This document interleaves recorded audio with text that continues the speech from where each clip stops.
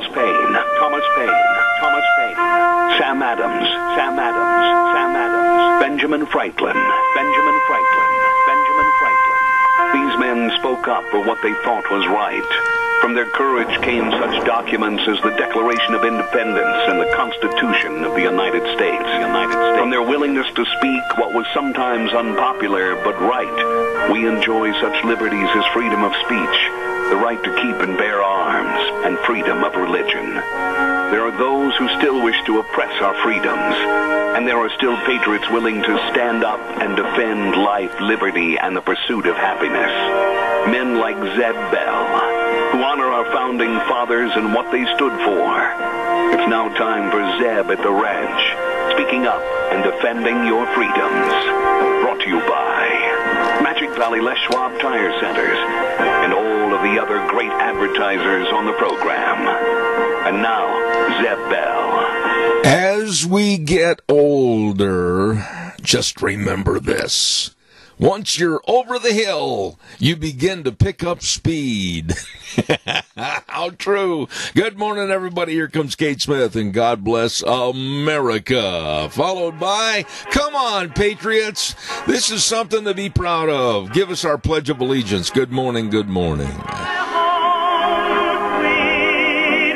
And a good morning to you and yours. Zeb at the Ranch on a Wednesday morning, October 23rd. Hope you're doing well. And, of course, our program sponsored with our major sponsor, your Magic Valley Les Schwab Tire Centers, all 7 locations serving you with a big fall tire sale going on right now. You stop in and see them today. And don't forget, great advertisers, too, like Burley Physical Therapy and Rehabilitation at 1263 Bennett Avenue, Suite 2 in Burley, helping you get back to being you. And Greystone Crossing Independent Senior Living at 1221 21st Street in Heyburn. Seniors living the good life with friends. Right now, let's go to that phone line and have our Pledge of Allegiance. Good morning. Good morning, sir. My friend.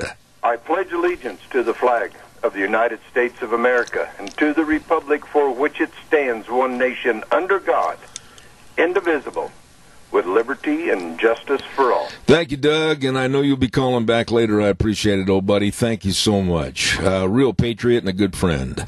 Hey, weather brought to you by K&R Rental at 256 South, 600 west of Heyburn, right there on the Burley-Paul Highway. You can't miss them. No, they've got everything, all the best of tools and equipment for you to take care of any task that you have, and they've got rental on equipment for both long and short term. Not sure what you need for the job? Well, then I urge you to give them a call. Roger and the crew at 678-3122. Like I said, 256 South, 600 west of Heyburn, K&R Rental. And right now, here's Gina with the weather.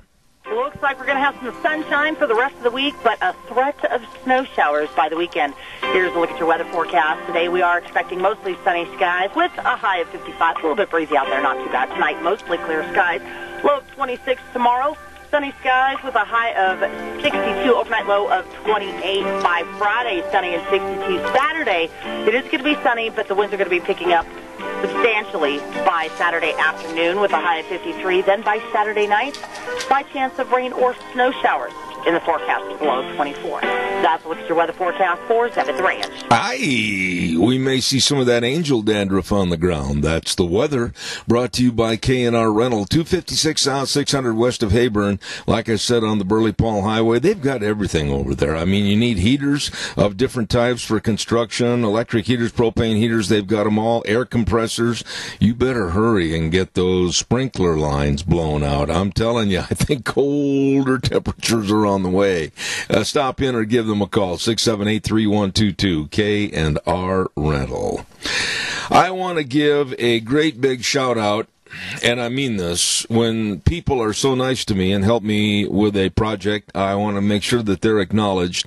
And I want to thank Mr. Alan Knight and the entirety of his crew, Idaho Department of Transportation.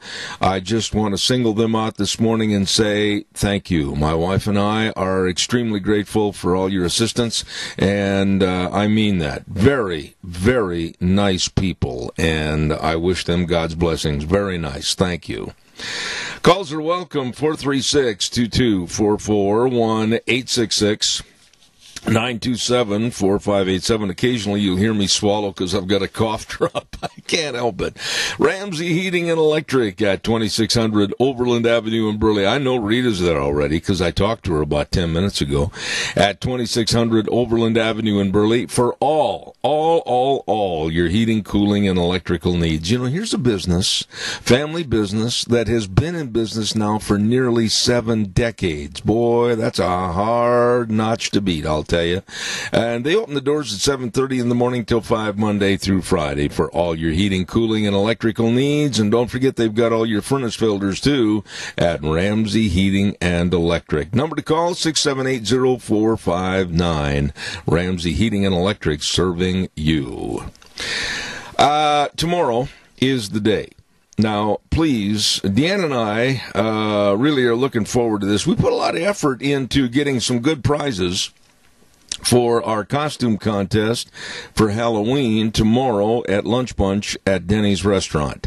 And we're going to be there at 11:30 tomorrow morning at Denny's America's Diner at 611 North Overland in Burley for our monthly Lunch Bunch. But this is a special one.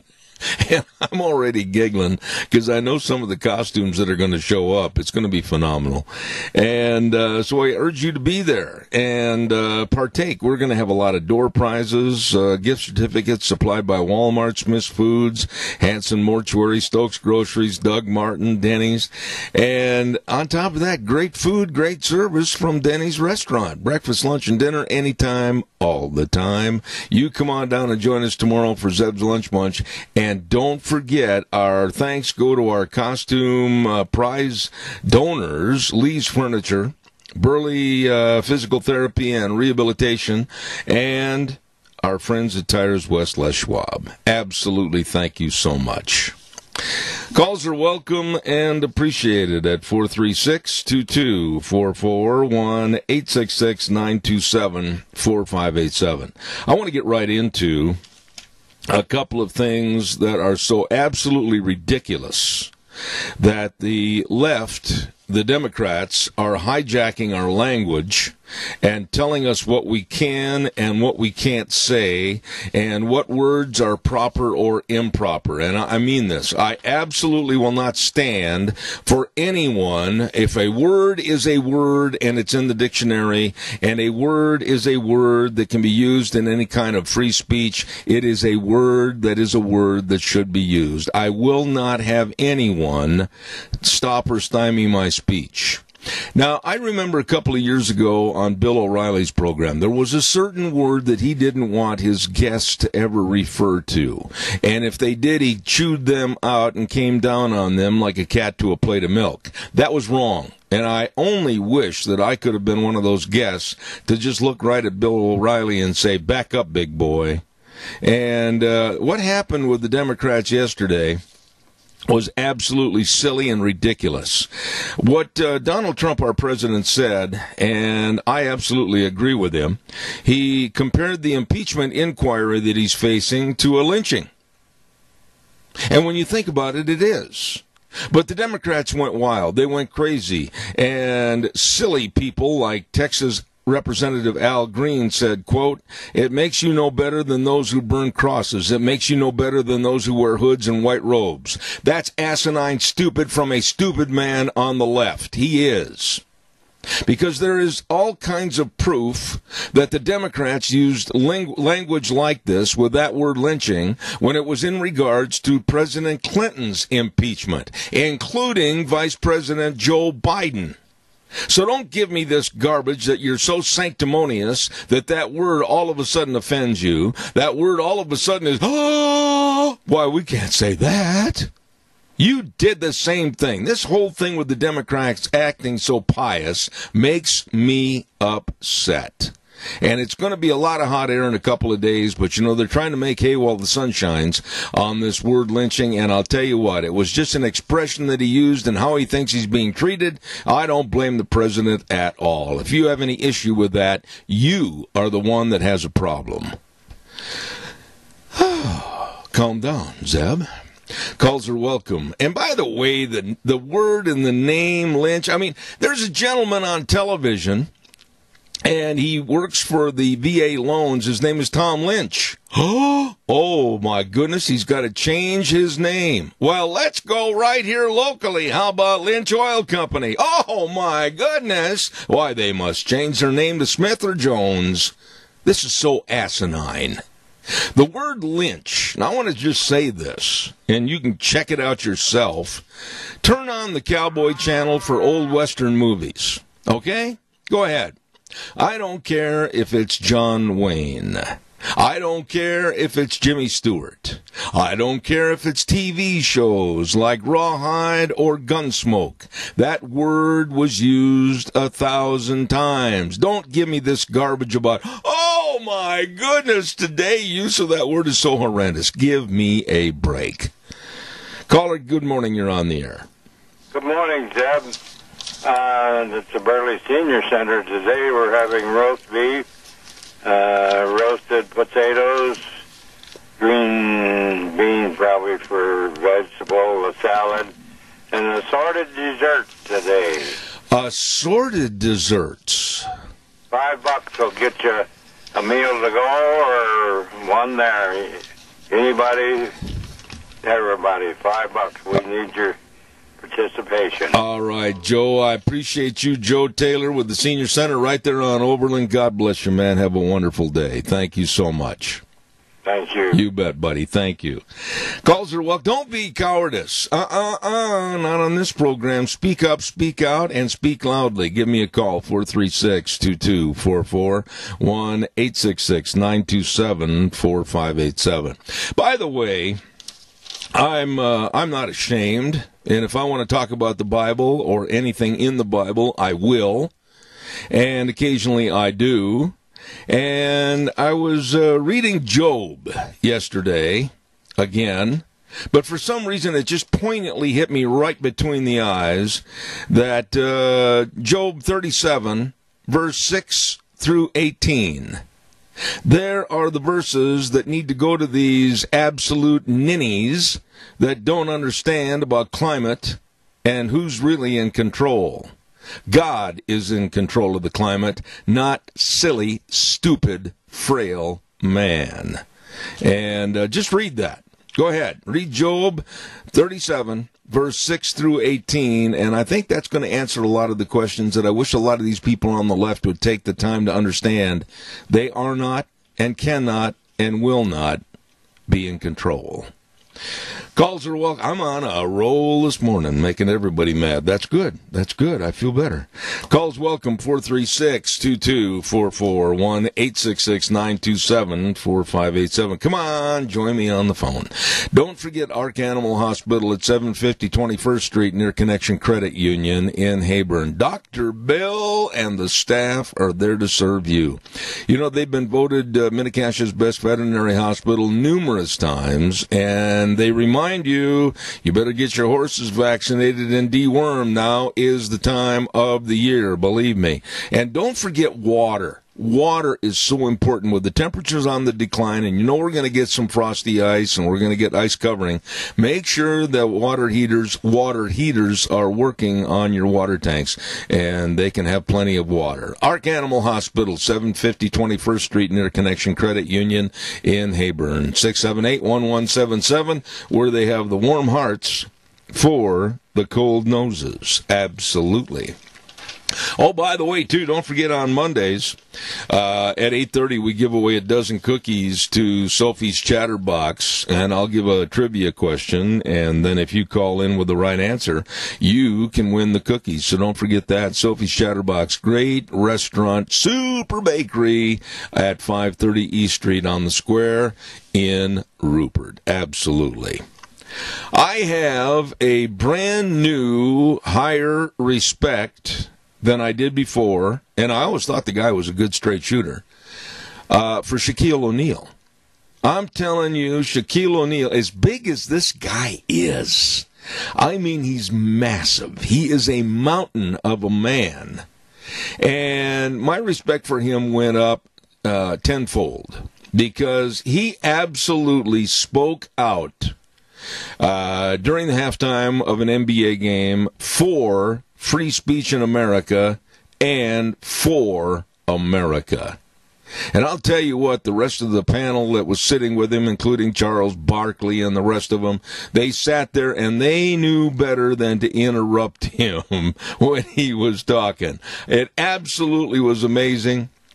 And it was about the NBA and China and money, and also about the comments regarding the Houston Rockets executive that supported the freedom fighters that were going for human decency and freedom over in Hong Kong.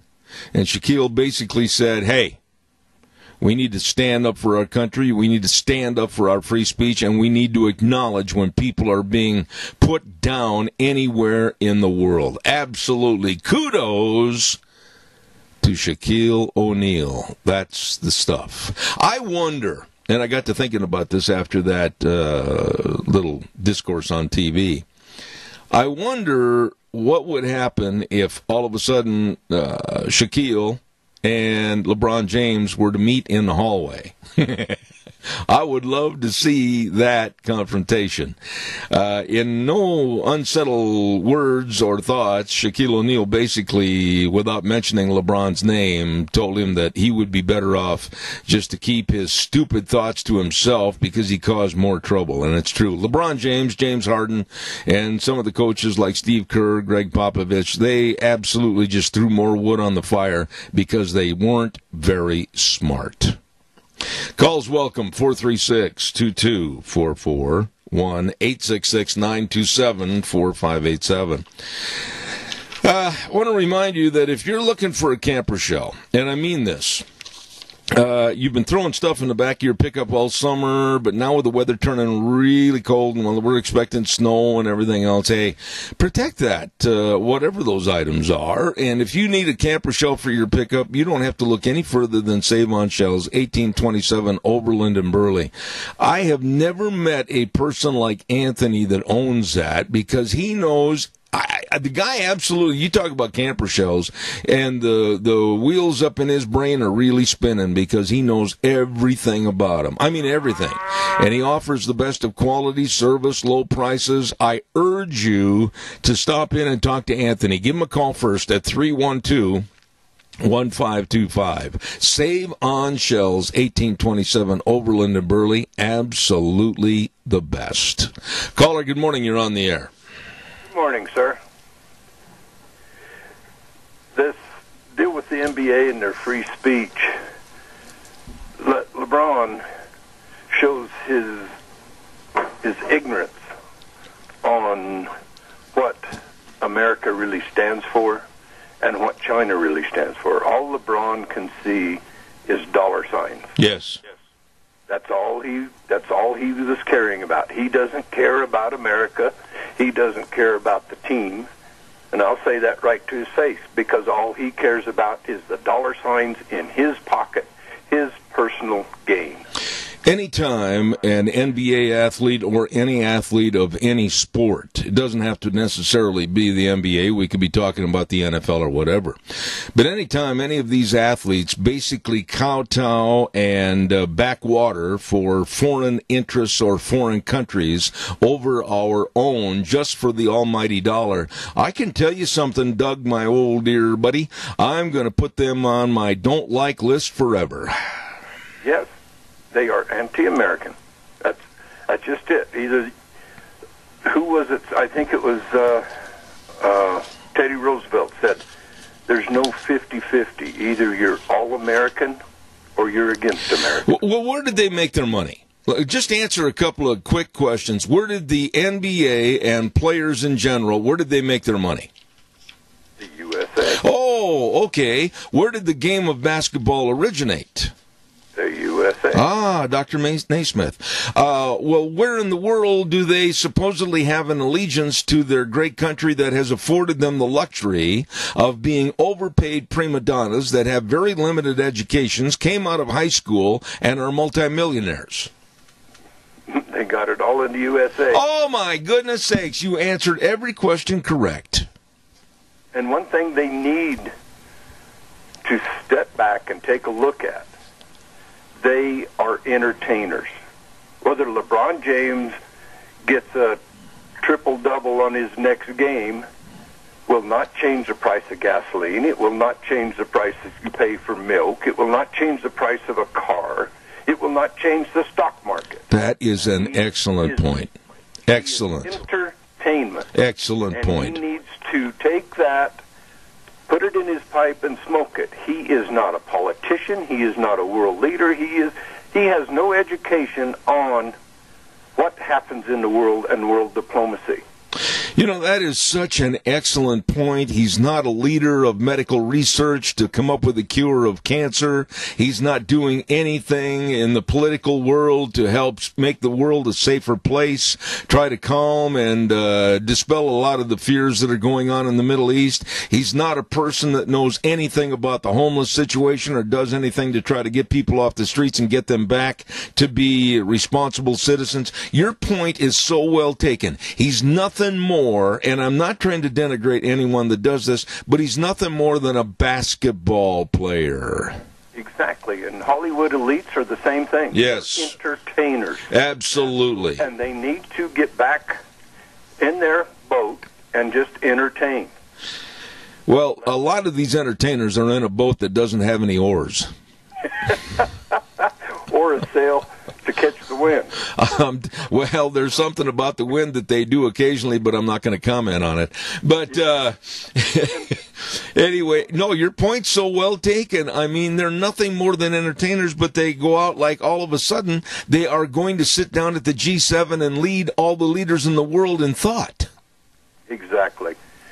Exactly. And here they do advertisements. Hollywood, sports figures do advertisements to get us to help donate. The people that make $50,000 a year to donate to these charities, they make $7 to $20 million a year. How much do they donate to these charities? Do they do that advertisement for nothing, or do they get paid for it? But there again, I want to make sure that we don't put everybody into the same little dirty sweat sock. When I heard the remarks by Shaquille O'Neal, and I've heard other remarks by Shaquille O'Neal, because when he was taking his police academy training and was learning how to be a police officer, which he is, he's a bona fide police officer, I had a lot of respect for him and his attitude towards America and the flag and our laws and our legal system. And I really respected him last night. And who in their right mind? Who in their right mind is going to go up against a man that's 7'3" and weighs 320 pounds? Exactly. That's exactly it. But he knows what he's talking about. That's right. He is educated on the subject. He is not ignorant like a lot of them that try to shove it down our throat that they're ideas. Absolutely, Doug. I appreciate your point this morning. It was very well taken. They are minuscule as far as importance. They are nothing more than entertainers. I like that. Thank you. Now, there's one quick thought for the day, and then I'll finish with my taglines. A soldier who never knew and never will know me died for me so I can be free. The least I can do is stand for the national anthem. Wow. You've got my eyes a little bit moist right now. Thank you. That really says it all. Thank you, Doug. I read that the other day, and it just sent chills up my spine. Absolutely. Thank you so much. Send that to me, please. I will. All right, buddy. And God bless everybody. Let's do what we can for our senior centers. I'm not sure what desserts any of them are having, but go have some assorted desserts. Oh, I almost neglected something right there. I'm sorry, but I need to know, are you wearing a costume tomorrow? And please don't say it involves wearing shorts. I refuse to answer on the fifth. I've taken the fifth. God bless you, Doug. Thank you. All right. Thank you much. Caller, I'll be right there, I promise. I want to remind everybody about Dino Septic Service. Oh, Wheels, what happened? Did they get upset and hang up? No, they're still there. Oh, okay. I heard a dial tone. Caller, I'll be right with you, I promise. I want to tell everybody about Dino Septic Service. Oh, they are the best at what they do. That's not bragging.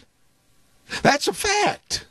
And I'll tell you what, they are the best at what they do. And they recently, expanded their business to better serve more people because they are the best at what they do. Septic tank pumping and sewer and sink drain lines clean, mainline irrigation installation and repair, backhoe services, liquid waste removal. Yeah. They're the best. So call the best at 436-6526, 678-1638. Fast, fair, friendly service with a big truck that says smells cargo on the way. Dino's Septic Service. Caller, good morning. You're on the air. Thank you. Yeah, good morning, Zeb. Well, in another instance, you see people that get all the prominence on the global warming, climate change. Al Gore, I mean, what's his credentials? He has none. You see all of these people, they parade out there like the athletes and so forth, just because they're famous because of their being athletic abilities, and yet they have no expertise. You got Jim Jones that's talking about climate change and global warming. He's got no expertise in that, and yet they get a weekly column and promote their socialism in the local rag. Yep. And it just goes on. And then the real scientists, they just denigrate or totally ignore. And that's the whole problem. And we see, this thing has become epidemic because now we see right here 1,000 acres of land just south of Twin Falls is going to be covered up with 300,000 solar panels, and they're probably made from China. And this is just a total waste. The sun doesn't shine, even in the summertime, only 15 hours, and right now it's getting close to 10. So, I mean, this is a big boondoggle based on a total hoax, and that carbon dioxide's like killing the planet. It's just, this is the kind of stuff that people are so fed up with, and this is why Trump has been so popular, because he just lays it out there. And his UN speech was probably one of the best, but we have all of these experts out there that know nothing about what they're talking about. Well, let me just jump in. Let me jump in for a minute, Adrian, and just say this, and we can sum it up without going on and on. Most of the evil, very uneducated left does not comprehend that they are not in control. There is only one being that is in control. And I'm sick and tired of hearing the left and these loons that write sometimes to the Times News or other loons in this area or across the country that think that they, silly little man, can control the climate and change things and be God. They can't. Oh, it's so ludicrous. It's unbelievable. But it's in everything. And basically, once again, it's Saul Alinsky's Rules for Radicals. That's what's driving the whole liberal socialist movement. They divide and conquer between groups, then they demonize, and if that doesn't work, then you do an Adam Schiff and have secret testimony behind closed doors. And even the Republicans, Devin Nunes last night, he said, no, we can't even get a transcript. I mean, this is Soviet-style execution. Yeah. And so it goes on and on, Zeb, but we got to take a fight against it, and I thank God for people like yourself that are doing that publicly. I appreciate it. Adrian, I've only got 10 seconds here because I've got another call waiting, but I want to say that I understand you're going to have a Constitution as a Solution video presentation tonight, 7 p.m., CSI Taylor Building, room 277. I've got to run, but we'll have everybody try to be there. Yeah, I hope people can come out to that. Those series are really excellent. We have them just once a month. 7 o'clock tonight, CSI, the Taylor Building, 277 upstairs there. All right. Yeah, thanks a lot, Zeb. You bet. Thank you very, very much. Appreciate it. You bet. Caller, you're on the air. Go ahead, please. Yes, I heard him just talk about the solar farms. Well, I got something for him to think about. I got a solar fence here. I thought it would work great. It worked great all summer, and now my animals keep getting out. I'll let you go. Oh, Riley, thank you very much. Good point. Thank you, sir. I always appreciate Riley's phone calls. Calls welcome, 436-2244. For years on this program, and I mean this, for years and years, we've really driven ourselves, thanks to my lovely wife, Deanne, and myself, and others that work for us, to put forward straight, honest information on all subjects. And when it comes to this climate change, we're all going to burn up in 10 years. Well, we're all going to burn up in 11 years. Well, wait a minute, there's been an adjustment. We're all going to burn up in 12 years. And some of the people think that they are God. They are not. They're nothing more than little minuscule human beings with a mind that wants more control over more people. I don't have anything good to say about these people, and I'm not searching for any words.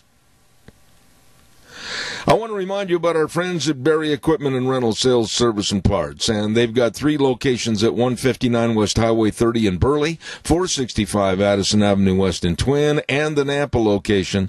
Oh, they've got all the equipment. I mean, they've got the dudes that can handle the lifting, the digging, the pushing, the carrying, the grading, the leveling, all the tough jobs. Well, they're not tough jobs when you check out the Doosan wheel loaders and the excavators and all the Bobcats. Excellent financing programs to buy, excellent rental programs at Berry Equipment and Rental. Burley, Twin Falls, and Nampa, you stop in and see them today. Calls welcome, 436-2244, 1-866-927-4587. When I heard this story yesterday, I got to admit, I damaged my recliner. I pounded my fist down on the arm so hard that the right side of the chair, it sits differently now. Elizabeth Warren is a woman that scares me.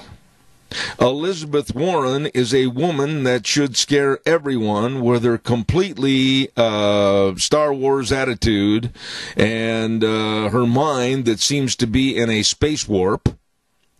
Well, her and Tammy Baldwin of Wisconsin sent a letter last week to the Department of Homeland Security urging the agency to allow transgender migrants to remain in the United States while their asylum cases are processed.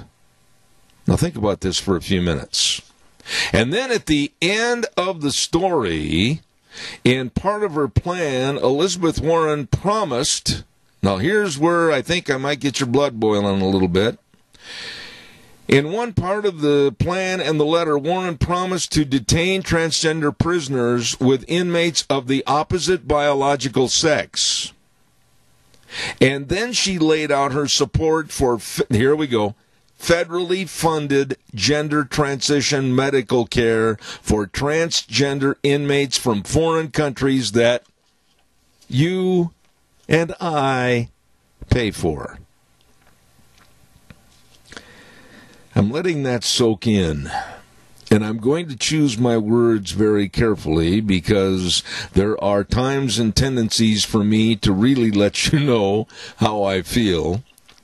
The Edmo case here in the state of Idaho absolutely is asinine. The Edmo case and that crime that was committed by him, while he was a him, and he was prosecuted as a him and sent to prison as a him, and now in prison wants to become a her, and he and his legal staff want you and I to pay for it in the state of Idaho. God bless Governor Brad Little for saying no. This is stupid, asinine, and should never happen. And to think that Elizabeth Warren and other very dim bulb brain Dems, I don't think I could say that fast again, want to stand there on the border and let these illegal aliens that are transgenders come in and then ask for federally funded gender transition medical care and we pay for it? What the heck is the matter with us? Calls welcome, 436-2244, 1-866-927-4587. The old saying that we're going to hell in a handbasket, the Democrats are carrying the basket, let me tell you. I want to remind you about a big sale that's coming up, and it's managed by the Bennett. Come on, folks, you got to respond to some of this idiocy that's going on. Bennett Boys Auction Service, they're going to have a big sale this coming weekend at Donnelly. Now's a good excuse to get in the pickup or the car and take off and go up to Donnelly. And it's the Rocking Horse Ranch Equipment and Farm Auction, 11 o'clock Saturday morning, October 26th. It's in Donnelly at 1300 East Roseberry Road. Look for the signs. And they're going to have, and I've got pictures of it, excellent equipment like tractors, like a 1981 Massey Ferguson 2675 diesel, horse trailers. They're going to have snow blowers. They're going to have saddles and horse tack and all kinds of great miscellaneous items. All of this at this sale coming up this Saturday, managed by the Bennett Boys Auction Service up in Donnelly. Rockin' Horse Ranch Equipment and Farm Auction this Saturday at 11 o'clock. Bennett Boys Auction Service. No sale too big, no sale too small. The Bennett Boys, they sell them all. Calls are welcome and appreciated. 436-2244, 1-866-927-4587. This idiocy that is going on in this country. I remember a lady that called me a month ago and she said, well, you can't call people idiots. Well, yes, I can, because these people are idiots, including Warren and the rest of them, thinking that we can transition our economy to pay for everything and give it to people free and only tax the rich and only increase the tax on the higher echelon of our society. They're, in very simple, crude language, using a word I don't very often use, there ain't enough money, sweetie. She is completely oblivious to the facts. And I know Elizabeth Warren's going to come out later on this morning or tomorrow with some kind of a, we can afford this plan for Medicare for all. No, we can't. I've talked to economists. Dr. Michael Busler, as a matter of fact, has been on my program 10, 12, 15 times. One of the most respected economists and teachers and professors of economy. And he laughed, and I called him on the phone the other day, and he said, what is she talking about? It can't possibly happen. To the trillions upon trillions of dollars that she's saying could be administered to that program.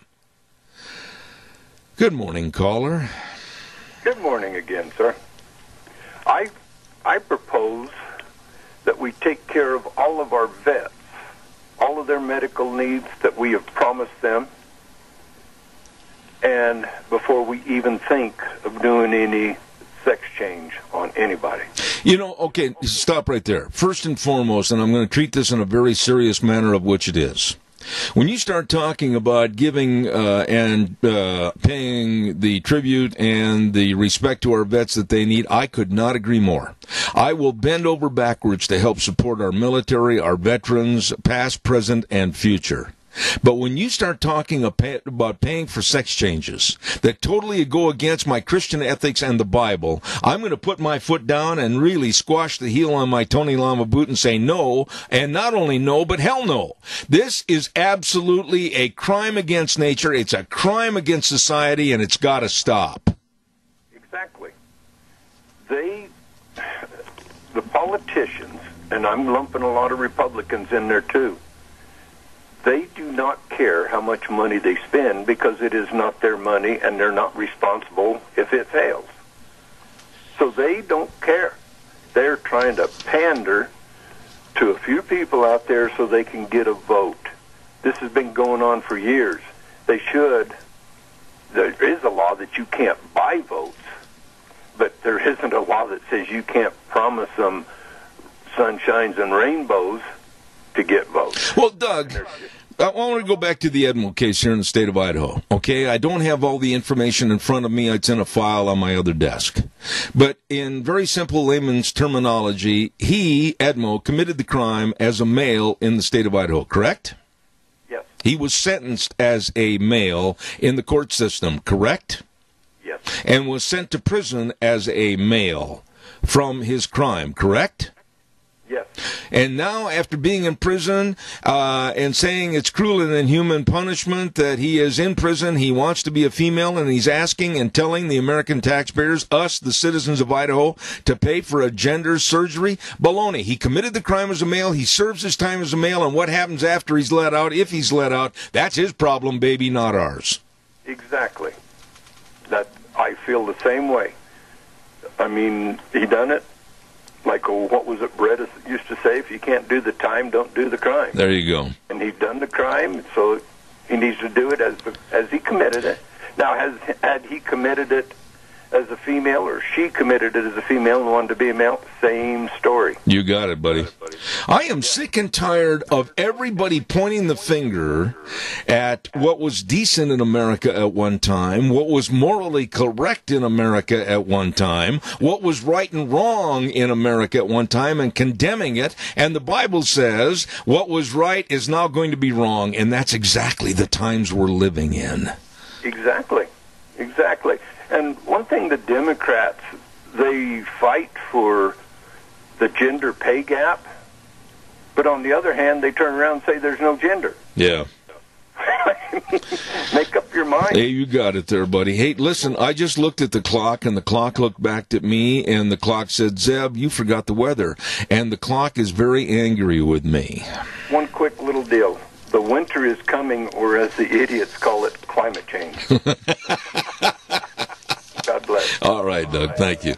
By the way, at Mount Harrison Audiology, they want to be very thankful to those that serve, and they want to tell the local veterans about hearing health care right through Mount Harrison Audiology and Hearing Aids, and, of course, with the VA Community Care Program. Now, during the week of November 11th through the 15th, stop by their office in Rupert to receive a small gift as a token of their gratitude for your service. They're located just north of the Minidoka Memorial Hospital in Unit 2. Wonderful people serving your hearing health needs, and they really appreciate you, the veterans of our great United States of America. Call for an appointment at 417-8799. That number again, 417-8799. And right now, here's Gina with the weather. Looks like we're going to have some sunshine for the rest of the week, but a threat of snow showers by the weekend. Here's a look at your weather forecast. Today we are expecting mostly sunny skies with a high of 55. A little bit breezy out there, not too bad. Tonight, mostly clear skies. Low of 26 tomorrow. Sunny skies with a high of 62, overnight low of 28 by Friday, sunny and 62 Saturday. It is going to be sunny, but the winds are going to be picking up substantially by Saturday afternoon with a high of 53. Then by Saturday night, by chance of rain or snow showers in the forecast, low of 24. That's what's your weather forecast for 7-3. Thank you, Gina, and brought to you by Mount Harrison Audiology and Hearing Aids, and they know all about hearing health. I urge you to call 417-8799, talk to them, make an appointment, and they have the best people and the best technology to serve you. Call them today. Did you hear what former, I'm trying to remember her title all of a sudden, former security advisor to Barack Obama, Susan Rice. Remember little bitty Susan? Oh, yeah. During the Benghazi mess, you know, she went on all the TV shows and said it was a video and just went on and railed and lied for about 2 or 3 days straight. Remember Susie? What a cute little gal. Susie has a filthy mouth, and Susie has no class. She was being interviewed on a program a couple of days ago, and the interview turned to Senator Lindsey Graham and what's going on politically, and Susie, oh, that cute little gal, she said that Lindsey Graham was a piece of fill in the blank. I couldn't believe it. Every time there is something of no class or low class, you can hang the sign around the Democrats' neck, and there they are, bunkie. I'm telling you, to come out and say in a televised interview that Lindsey Graham is a piece of fill in the blank is about as low as it gets. This woman is nothing more than a paid puppet, and was told to say and do certain things that would shield the Obama administration and lie about the Obama administration, especially over the Benghazi crisis. And to come out and say that on a TV program, snicker, and then say it again, she said it twice, is absolutely as low class as it gets. And then, last night, I about fell out of my lazy boy that is lopsided because I punched one side of it listening about Elizabeth Warren. Then a well-known Democrat strategist, and maybe a lot of you saw and heard this last night. I was going back and forth from the news to the World Series. I got to be honest with you, when the World Series is on, it's dominating my eyesight. And by the way, the Nationals won last night 5-4, which absolutely dispelled my theory that the that the Astros would either sweep it or go in 5 or 6 games maximum. Anyway, she was on TV last night, and this person said that yes, it is a slam dunk done deal in their opinion, that Hillary Clinton is going to jump out of the barn stall and hit the pasture running and go for the presidency in 2020. That did not make my supper taste any better. This person is a fairly well-known Democratic strategist. And when the Democratic strategists, come out and say things like, Hillary is going to run again in 2020 because there is such a weak platform and a weak bunch of people behind the podiums. Well, she's not going to strengthen it any. But what are your thoughts? Here comes Hillary with the ability to totally damage politics, partisan politics, and a very trashy background. Going to run again, possibly, for the presidency. Oh, boy. Calls welcome, 436-2244, 1-866-927-4587. I want to remind you about our friends at your Magic Valley Les Schwab Tire Centers. All 7 locations serving you with the big fall tire sale. And they've been doing the right thing since 1952. Why, I was a wee one back then. And I'll guarantee you can save a lot of money and get the best of tires for your driving safety and security. And they've got all the tread designs, all the sizes, and I urge you to stop in and see them today. Your Magic Valley Les Schwab Tire Centers with also the best in brake service, front-end alignment, shocks and struts and batteries, and above all, service. They really take care of you. Stop in and see Lane and Rupert, Dave on Blue Lakes and Twin, Mike and Buell, Mike and Jerome, the Twist family and Paul, Daniel on Poline in Twin Falls, and Trent on Overland in Burley. The best, absolutely, your Magic Valley Les Schwab Tire Centers. Oh, my goodness, what else is there? Oh, here's some good news, though. Got some good news for you at Colorado State University. They had Donald Trump Jr. invited to speak at Colorado State University. Now, I know you're way ahead of me on this. I can see you running down the road. Wait a minute, stop, hit the brakes.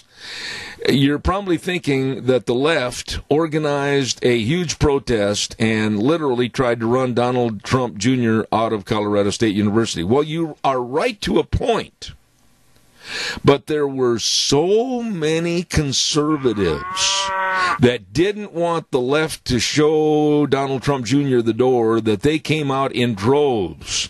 And it was really kind of nice to see the left going away with their tail between their legs. Caller, good morning. I have 1 minute left. Go ahead. Okay, Zeb. I think Hillary Clinton thinks she's going to be an asset to this country, and we'll get elected.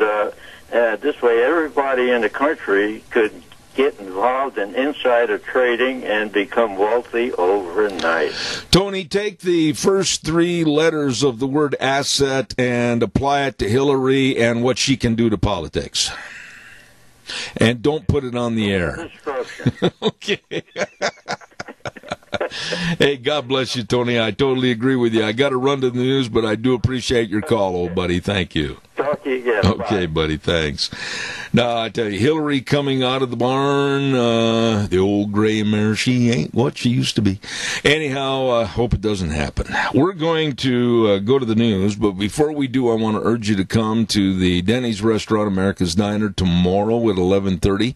We're going to have Zeb's Lunch Bunch, and it's our annual costume party for Halloween.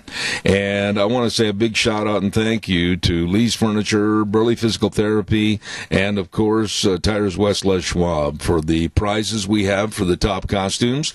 And it's going to be a lot of fun. We'll also have a lot of gift certificates to give away from Walmart, Smith's Foods, Hanson Mortuary, Stokes Groceries, Doug Martin, and Denny's. All of that tomorrow at America's Diner, Denny's Restaurant. And that's 611 North Overland in Burley at 11:30. Wheels, old buddy, old pal. Let's go with the news. I'll be right back.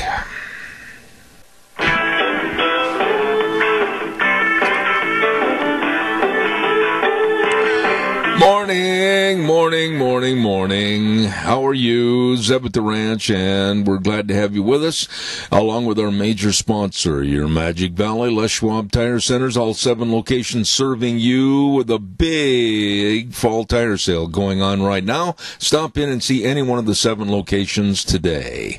Other excellent advertisers include Burley Physical Therapy and Rehabilitation at 1263 Bennett Avenue, Suite 2 in Burley, helping you get back to being you. And Greystone Crossing Independent Senior Living at 1221 21st Street in Heyburn. Seniors living the good life with friends. Right now, let's have this good word for Western Waste. From the canyons of the Snake River and all across southern Idaho, we're all at your disposal. Western Waste Services, we care about our community, our resources, and this great land. Western Waste Services is lending a hand, always at your disposal.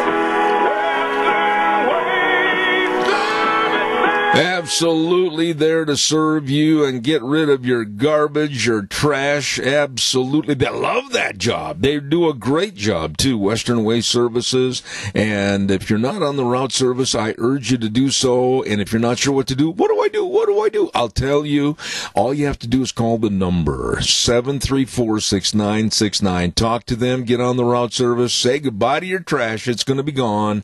Thanks to Western Waste Services. Always at your disposal. Wonderful, wonderful people.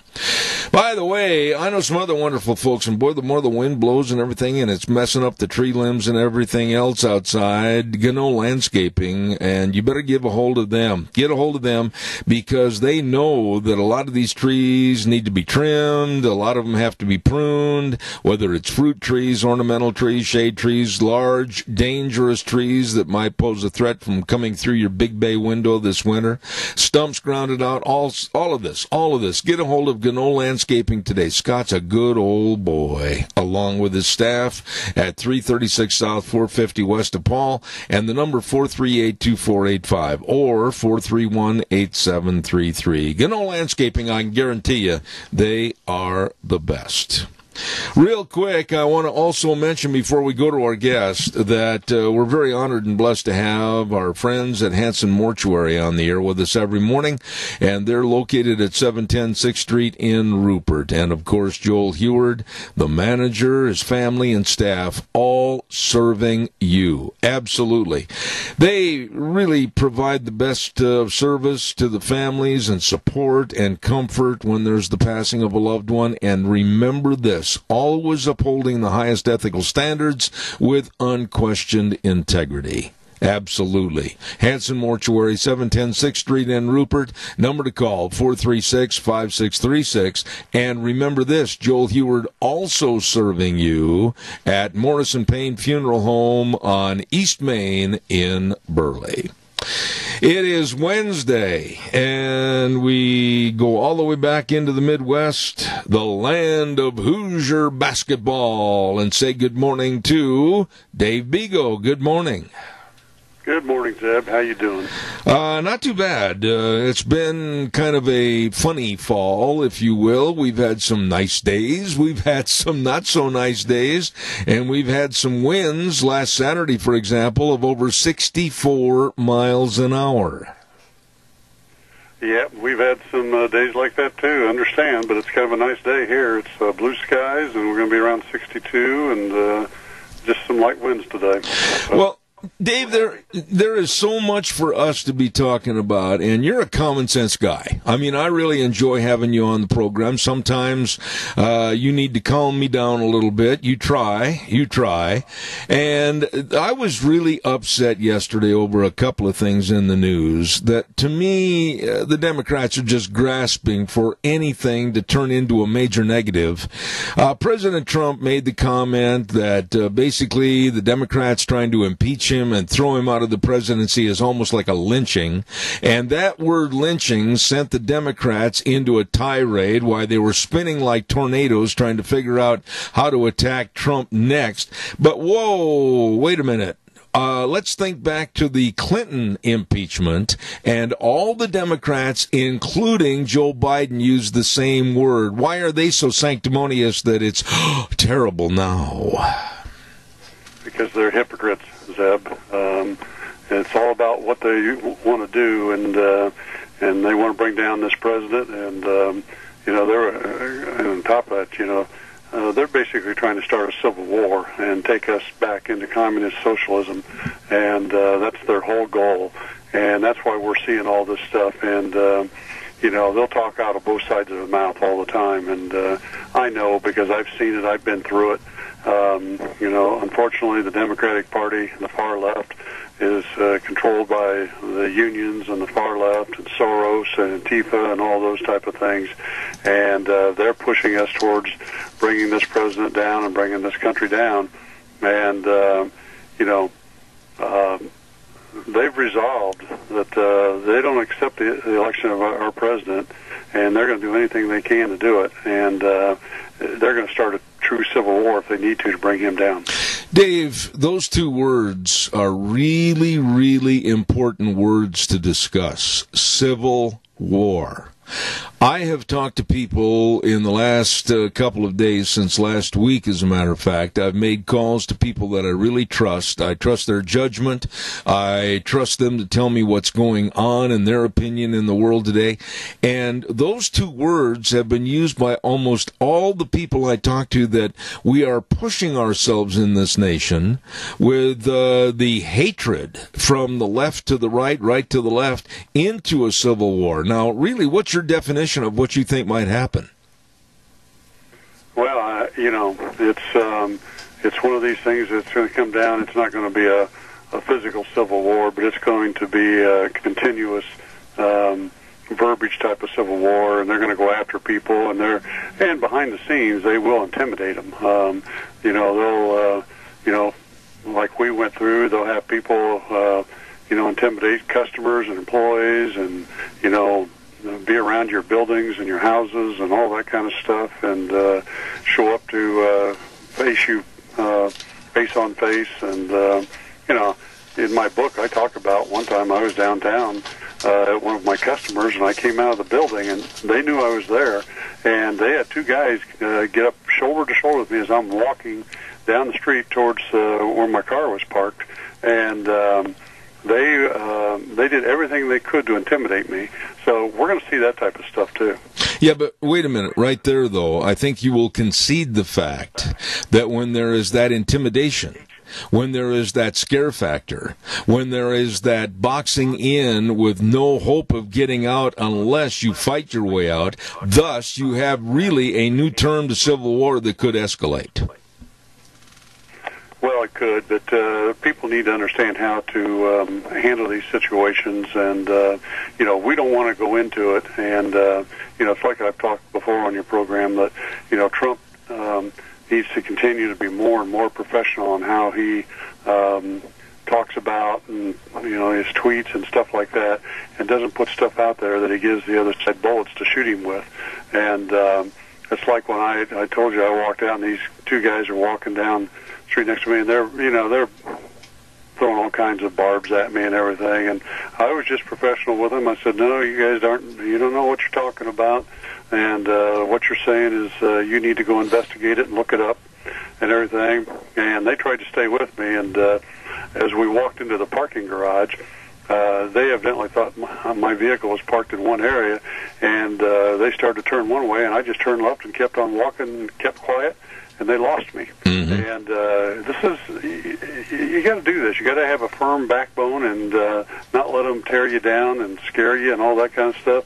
But you got to be professional with them and get their attention off of you, and then they start losing their way. In another subject where you just said don't let them scare you, I've got to admit that when I heard this last night, I was quaking and shaking in my boots. I mentioned this first hour. I heard on television last night on one of the news shows, a well-known Democratic strategist came out and in a very firm tone last night said emphatically that Hillary Clinton is going to run for president in 2020. Oh, that scares me to death. I don't think that it doesn't scare me to death.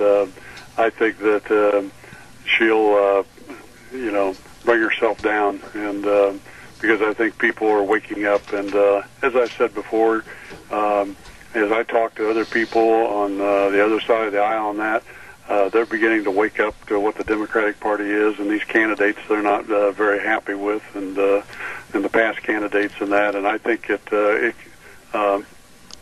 I think she may really struggle. May struggle? Let me tell you something there, my old partner back in Indiana. When you start talking about Benghazi, when you start talking about Uranium One, when you start talking about the mishandling of funds with the Clinton Foundation, when you start talking about the emails, I could go on, but I've got limited time. Why in the world would she be dumb enough, and I'll use that word, and I mean it, to even think about throwing her hat back in the ring? Because that's who she and the Clintons are, and they look at it that they haven't done anything wrong, and that they can just, out-talk the other side and all that kind of stuff. And again, you just have to expose them again and do it in a professional way to really wake people up. And, if they dig deeper into the history of the Clintons, it gets even worse. And that's what they need to do. You know, Dave, have you ever, and I know that you're going to always say that you're so much younger than I am, but have you ever in your lifetime seen anything that is almost a laughable comedy situation like the Democrats and their pursuance of possible impeachment of meeting behind closed doors, having clandestine meetings late into the night to formulate a crime that they can throw at Donald Trump? Have you ever seen anything so silly as this? Oh yeah, I've seen it as I've been through stuff in business and our fights against the union and stuff like that. And you step back and you go, really, where do you come up with this stuff? Do you people ever step back and look in the mirror? And the truth is they don't, because they don't care. Their whole objective is to get into people's brains and brainwash them and, make them think that all this stuff is great stuff, and it's not. It's all about them. If you had the opportunity, and I want to hear this, and I want you to be really deadpan honest. If you had the opportunity today to sit down at lunch and interview either Schiff or Swalwell of the Democratic Party, what would you ask them and what would you tell them? Well, I'd ask them for the details, and I'd bring out some of the stuff that they've put out there that's questionable and all that stuff, and put them on the fence. Because again, what happens is when you talk to people, and you got to do this professionally. It can't be a thing where you're beating them up or you're throwing barbs at them or calling them names or anything like that. You have to throw stuff out there that you see all of a sudden gets them nervous, and they're stepping back and they don't want to talk and stuff like that. And those are the type of things you have to do. And that happened with me when I was doing debates with the unions and that. They got to the point they didn't want to debate me anymore because I brought stuff up that they were just kind of mumbling over. Mm-hmm. No, I think your approach is a great way to handle this, but unfortunately, we all have to start thinking about it because it seems like anyone that has conservative values, anybody that has any moral values, anybody that has any Christian values, they're going to be under attack by the left. Oh, absolutely. You know, and that's this Civil War thing that I talked about before. You know, in this article, by the way, this was in Freedom Writers by Ray DeLorenzo, and as he writes about it, part of what he says, which really takes me back because I'm a Christian person and I believe in our God, and but he says that they want us to become Marxist, and they want our Judeo-Christian culture to be looked upon with disfavor and secular, godless humanism, and in other words, take religion and God out of our country. Yeah. And part of what they're trying to do is to push that forward and continue to push it forward, and they've done it for the last 20 or 30 years, is having teachers teach our kids about Marxism and socialism and communism. Absolutely. Could not agree more. Words that you just used that I've been talking about on my program for months and months.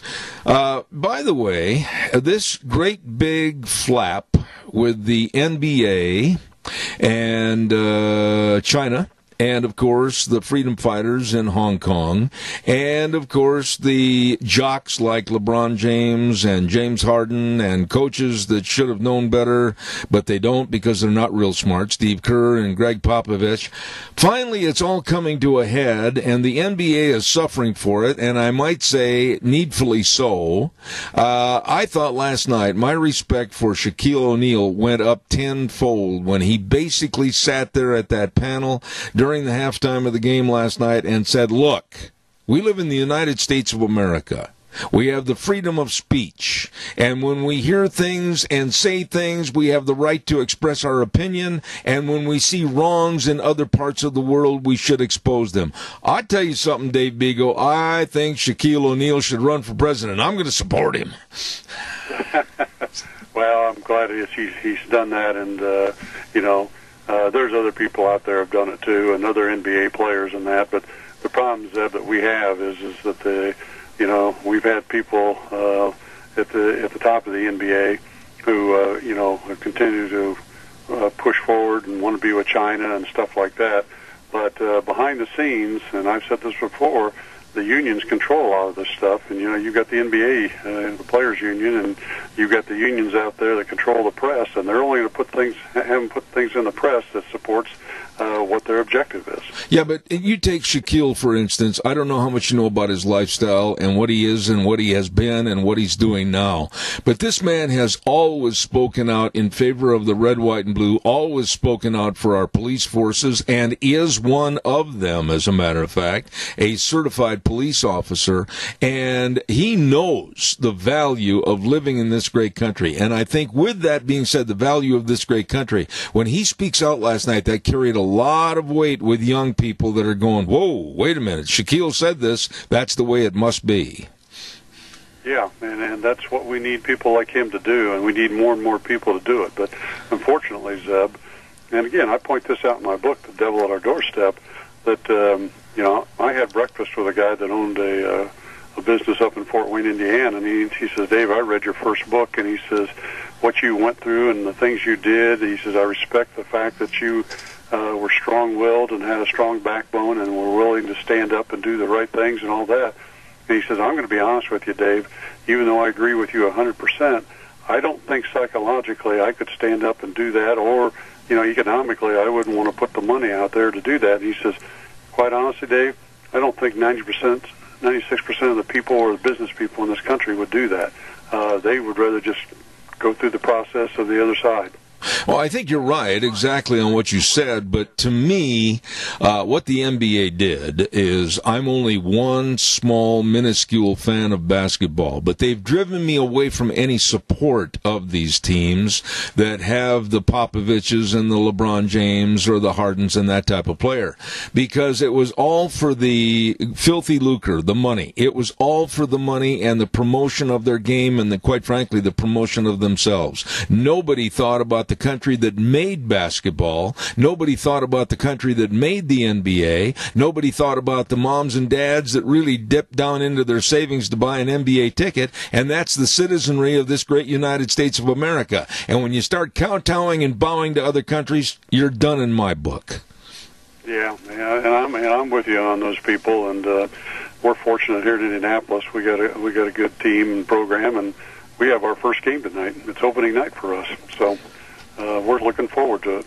I got to tell you, did you hear about what happened in Colorado State University? They invited Donald Trump Jr. to speak, and the left was absolutely pre-programmed and ready to go out and fight with big numbers and protest all this, but somebody didn't get the memo on the numbers of conservatives that were going to show up, literally thousands, to support Donald Trump Jr., and it was really kind of funny, golly, that the left-wingers went home with their tail between their legs. And this is a perfect example, Zeb. This is what I've been speaking about, is that when you stand up and you expose these people and put them in a spot where they have to debate you and that, and as long as you do it in a professional manner, these people, they don't want to do it. To them, it's all about going out and doing this radical stuff to intimidate and brainwash people and bring us down. Okay, game one was last night, and the Astros, I picked them to win that game, especially with Garrett Cole pitching. They didn't. They lost. Who's going to win the World Series, Big O? I don't know. It's going to be interesting. It's going to be tough. And didn't we have a case of wine bet on that game last night? Oh, who cares? I owe you a winery. I don't owe you a... So I think you owe me a case of wine. I don't owe you a case of wine, Bigo. I owe you the doggone winery. I've lost so much. Zeb, I just had to tease you. No, I tell you one thing, though. I think it's going to still be the Astros. I'll say that. I'll stake my neck out on the line. And I got to tell you that I'm really impressed. I'm going to try to butter you up here so you forget some of my wine debt. I'm really impressed with your new quarterback back in Indianapolis, this Brissett. This kid's got some moxie. Yes, he does. And, he's got a lot of ability. He's got a good arm, and he's sharp. And, I think he can keep us moving ahead. I think we may have a heck of a year. Well, on that regard, I want you to also kind of butter my toast when you talk about our great Green Bay Packers and Aaron Rodgers having the game of a lifetime last weekend. It looks like, old buddy, that the Packers offense is back. Yeah, I think so. I'm pretty happy because the two teams I love best, the Colts and the Packers, are doing well, and I'm looking forward to a great season. Is there any way we can dethrone the Patriots, my friend? I hope so. All right. Dave Bigo, Indianapolis, Indiana, a dear, dear friend of this program. I always look forward to Wednesdays. Dave, God bless you, man. Have a good one, and we'll talk to you next Wednesday. Well, you have a great week, and look forward to it. All right. Thank you, sir. Appreciate it. I think the world of that guy. He's really a nice man. Thank you, Dave Bigo. Also think the world of these people because they've helped me so much, and that's Burley Physical Therapy and Rehabilitation at 1263 Bennett Avenue, Suite 2 in Burley with Nick Greenwell and all the physical therapists. Have you heard the news? They have recently acquired the Elite Fitness at 1200 Oakley Avenue in Burley. So now, if you're aching and paining from an accident, you can go to Burley Physical Therapy and Rehabilitation. And if you want to stay in shape, you go to Elite Fitness at 1200 Oakley Avenue in Burley. Oh my goodness. You're going to be taken care of, whether you've had an injury or not, keeping fit at Burley Physical Therapy and Rehabilitation at 1263 Bennett Avenue, Suite 2 in Burley, or Elite Fitness at 1200 Oakley Avenue in Burley. Oh, for more information, you call Nick and the rest of the staff at 678-1191. They will will help you. Wonderful folks, wonderful folks. I know Nick is really excited about that new purchase to serve everybody in this area. Also, I want to quickly remind you about our friends over at Lee's Furniture, Floors, and More. Now, when I say 40% off, that ought to get your attention. You ought to pull the reins up on your horse and go, whoa, 40% off? That's right.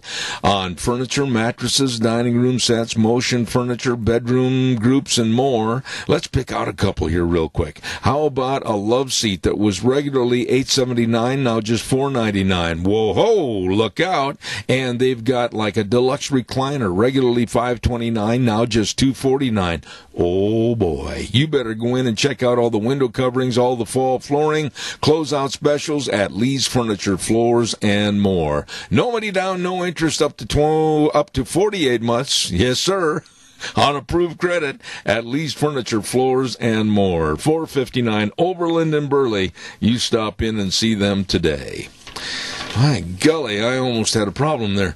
I want to remind you, too, before we go to our next guest about Let's Ride. Now, the wind is blowing out there right now, and you're saying, I don't want to go outside. Well, it's not going to stay nasty. It's going to get nice Indian summer, and you can get up in the hills and enjoy. Absolutely. Let's Ride has all the side-by-sides and all the four-wheelers. They've got it all. They've got the fun in their showroom at 270 Highway 24 between Rupert and the World. They're open Monday through Friday, 9 to 6, Saturdays, 9 to 4.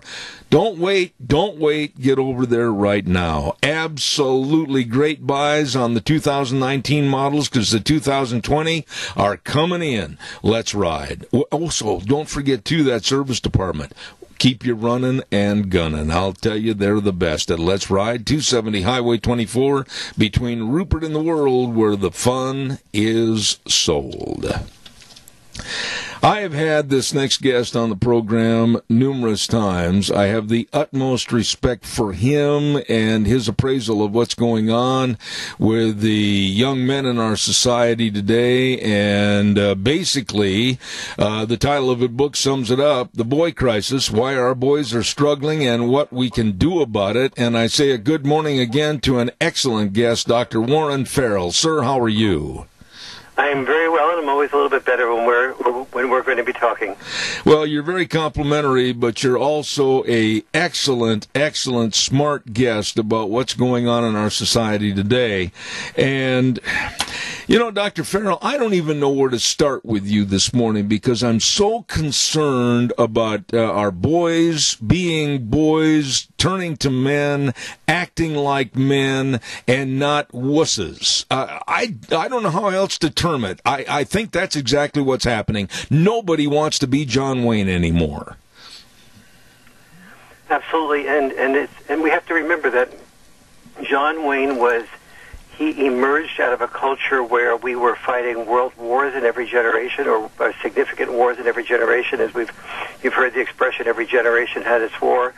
And so we had to prepare boys to be disposable in those wars, and we had to call them heroes if they were willing to be disposable. And so John Wayne movies were ways of sort of giving a young boy a sense of, like, you know, if I take the gun to the enemy, the Native Americans, then called the Indians, were considered the enemy, but they were only a metaphor for a real man fights and kills the enemy and risks his own life doing it. And if he dies, that's okay because he'll be called a hero and he'll be admired like your uncle who's in the Marines. Look at him in his uniform. There, he died early, but he's protected our country. And if we didn't have that message to our boys, we would be under Nazi rule. And so there was an enormous value to that message, but there was also an enormous expectation of potential disposability that our sons were being prepared for. And so our sons absorbed what might be called heroic intelligence. And that's intelligence that's preparation for a short life. And therefore, to do that, you had to keep your feelings to yourself. If you were being criticized in boot camp because you were Jewish or short, or you had blonde hair or freckles or whatever, the testing of you would You don't express your feelings of being hurt. You just go and you stomach it. And if you did express your feelings of hurt, the extra 30 push-ups would teach you to not do that anymore. And that was all preparation for being a cog in the war machine, the wheel of the war machine, that worked a lot better when there weren't squeaky wheels. And so that was so important for our survival. And when feminists take that sacrifice of masculinity and then dump on, and then instead of saying thank you for your sacrifice, they say, oh, your son has male privilege. Your son is, has all the advantages, and when your son gets to school, and many of the people parents who read the Boy Crisis book send me letters saying, or emails saying that, my son hears in school when he's in 7th and 8th grade that he is just, he's a product of the patriarchy, and the patriarchy made rules to benefit men at the expense of women. And it's like, no, the so-called, we weren't dominated by a patriarchy, we were dominated by the need to survive, and to be able to survive in those wars, so to speak, or to do the hazardous jobs that were necessary to save our homes as firefighters and so on. Those were the tasks of masculinity. Now today, for the first time in history, there aren't as many boys needed at war, and there are many more boys where we don't have to worry so much about survival. And so while there are a lot of need for people in hazardous jobs, there are many jobs are being taken over by robotic presence, and so we have the luxury for our sons being able to have more variety of purposes than they did in the past. But when they have more variety of purposes, that's the good news. But if they have a purpose void, that is, they no longer felt that they were to be a man by being a John Wayne or being in the war, and then if they have a purpose void plus a dad void, that's where I have found when those two things are combined all around the developed world, that's when we have the signs of a boy crisis. Dr. Farrell, out here in the West, there's a slogan of 2 words that mean a lot, and it says, cowboy up. And that cowboy up attitude and statement means that if you've got a job to do it. If you've got a situation to face it.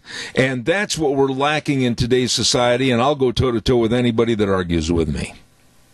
Yeah, absolutely, and it's not always lacking when we have a father who's willing and able to step up to the role of being an effective with discipline. And I don't mean discipline with cruelty. I mean, so for example, the mother and father will often say, I think I mentioned this once before, the example of say the boy asks to climb a tree. The mom will be often likely to say, sweetie, or the daughter, and they'll be saying, sweetie, that you could hurt yourself there, maybe in a few years when you get older.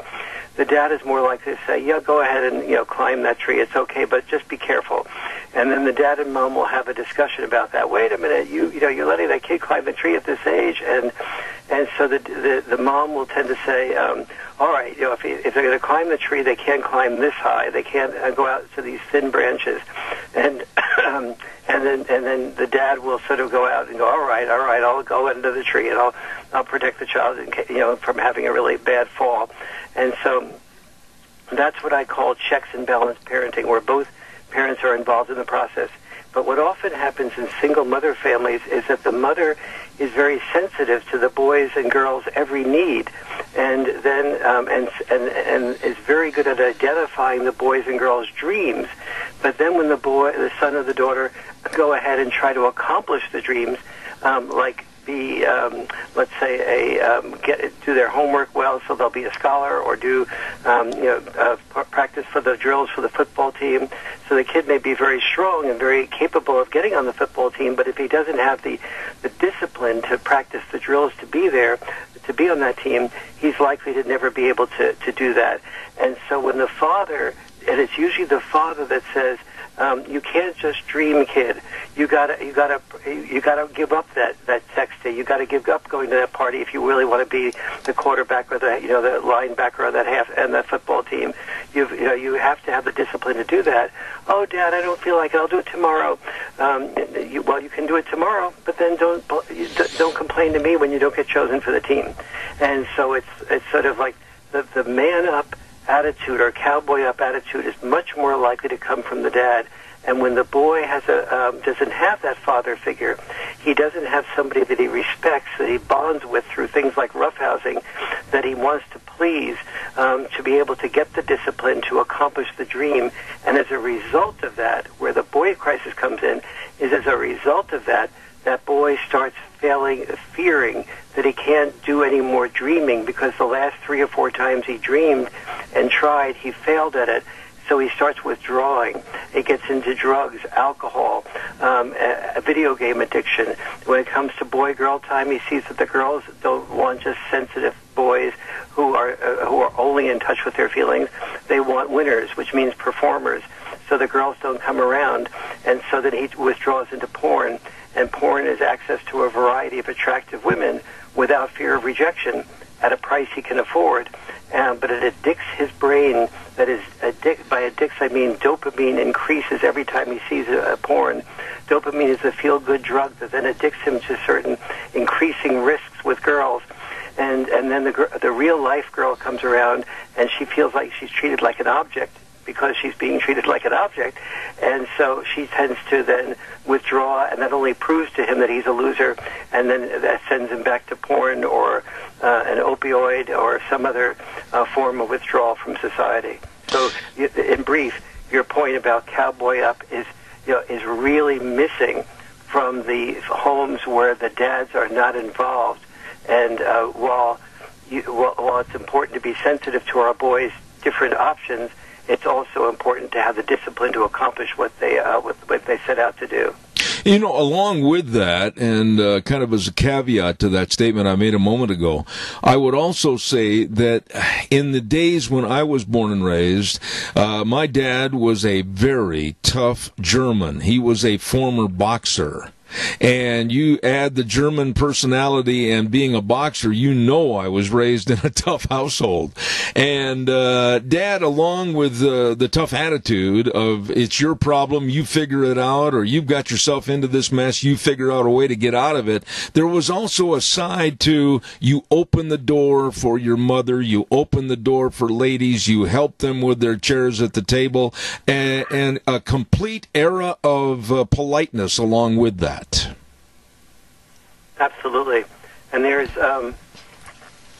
many boys today feel that if they open the door for a girl, the girl will say, well, gee, don't you think I can open the door for myself? But on the other hand, if you don't open the door for a girl, the girl will feel, or another girl will feel like, boy, you're not a very polite person.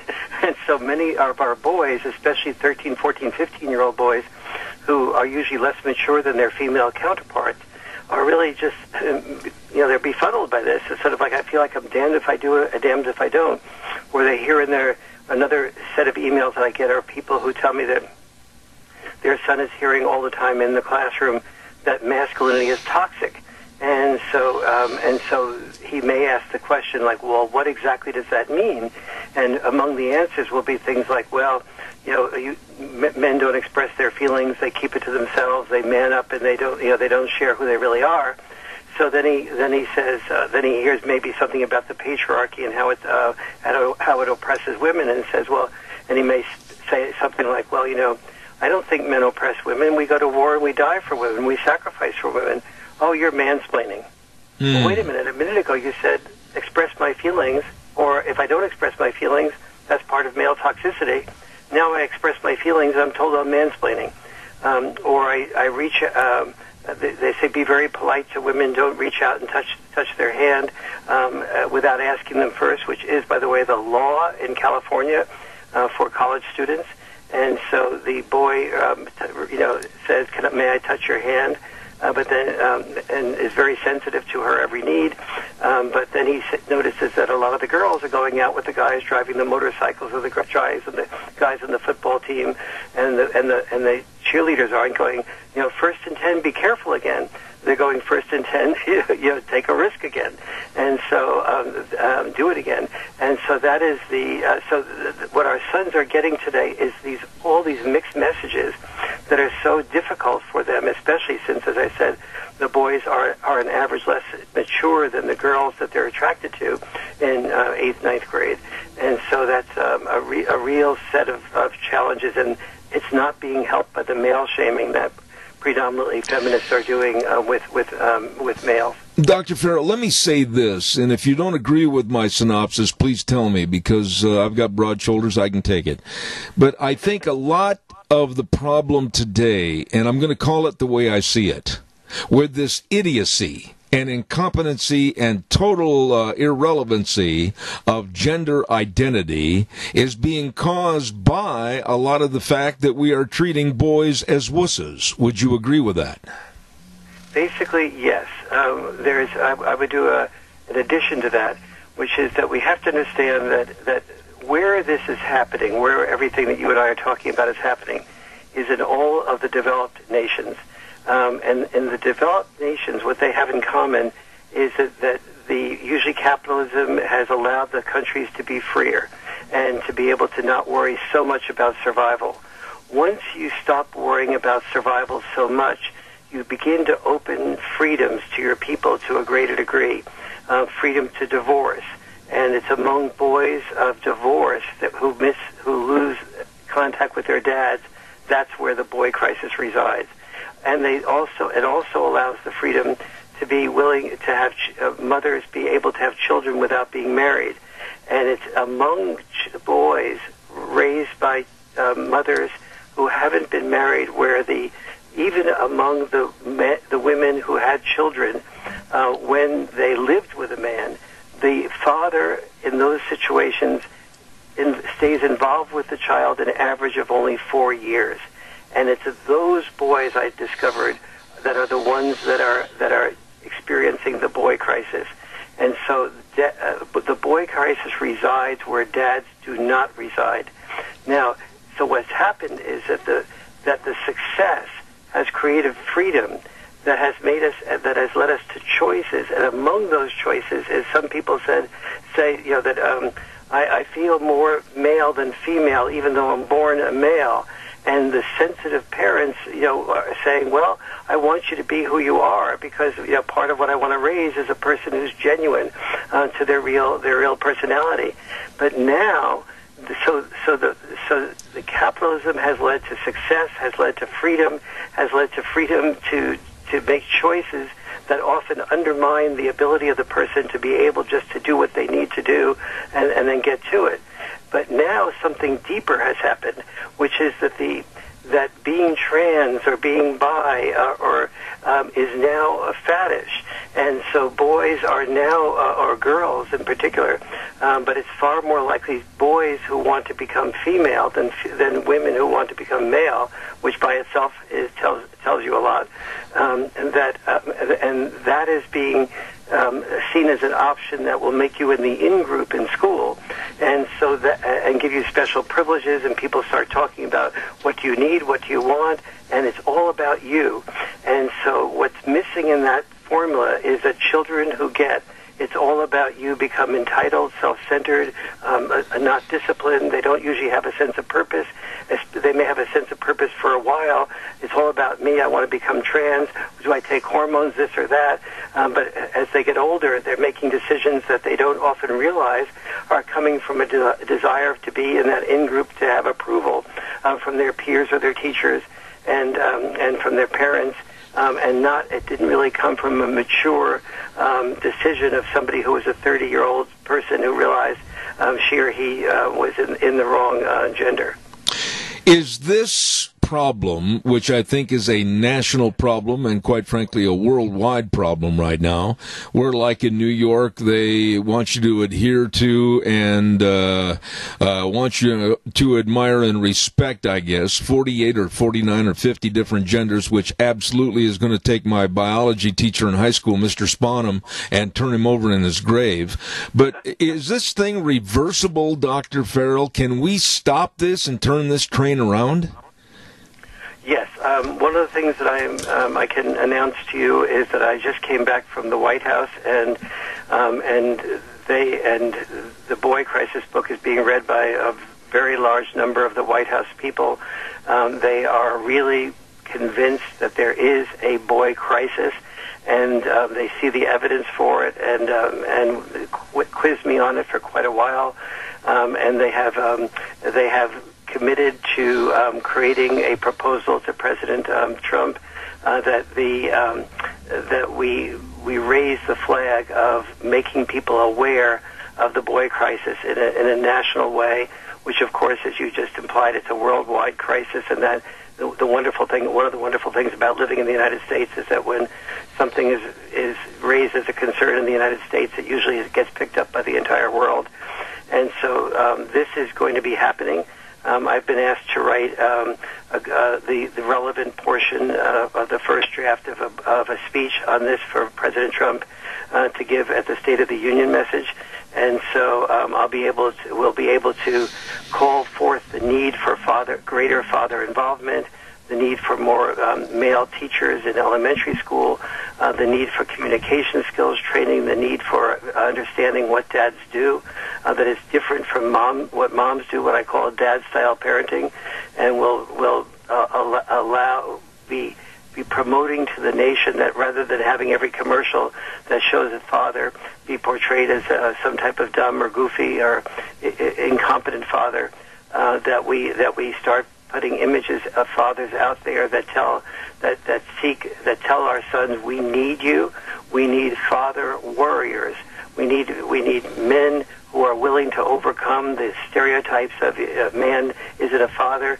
We need fathers back in the family again, and we need families to be that if we're going to have a No Child Left Behind program, the best way to have a No Child Left Behind program is to start with making sure that no parent is left behind. Amen. I am so honored to have you on my program, the author of The Boy Crisis, Why Our Boys Are Struggling and What We Can Do About It. And I just give this man, not on a scale of 1 to 10, but a scale of 100. He's the top of the ladder, Dr. Warren Farrell. Thank you so much. It's such a pleasure talking with you, as it always is. Thank you, sir. God bless. I'll be in touch. Appreciate it. Thank you very much. Wow. I really appreciate that man coming on the program. He lays it all out. He is the author of many, many books, and he is also currently the chairman of the commission to create a White House Council on Boys and Men, and you just heard that he met with the White House representatives, and they're putting together plans. Amen, Dr. Warren Farrell. I've got to get a weather forecast on here. Well, Wheels over there, he's kind of the judge, jury, and executioner. He better get it done now. Okay, Wheels. The weather brought to everybody by Phillips Oaks, Goodwin, Crane, and Company. And they've been providing accounting services to the Mini-Cash area for well over 50 years. Absolutely the best with tax return preparation, tax planning, bookkeeping services, retirement planning.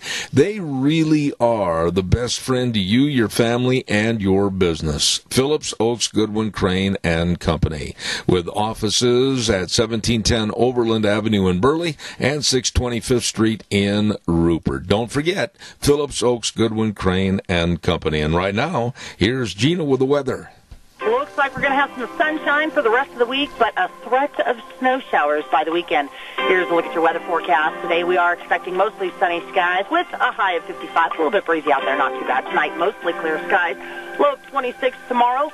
Sunny skies with a high of 62, overnight low of 28. By Friday, sunny and 62. Saturday, it is going to be sunny, but the winds are going to be picking up substantially by Saturday afternoon with a high of 53. Then by Saturday night, by chance of rain or snow showers in the forecast, below 24. That's a look at your weather forecast for Zeb at the Ranch. She does a great job on the weather. Thank you, thank you, thank you. And brought to you by Phillips Oaks, Goodwin, Crane, and Company. And believe me, they are the professionals in accounting services. Burley and Rupert office locations, Phillips Oaks, Goodwin, Crane, and Company. In about 15, 20 minutes, we're expecting the Idaho Fish and Game to be here and have their monthly show on Zeb at the Ranch. And I know I've just given the phone phone number to Deanne to call to make sure that they're en route, and we'll have more about that in just a few minutes. Right now, also, I want to remind you about Cameron and Siemens Insurance.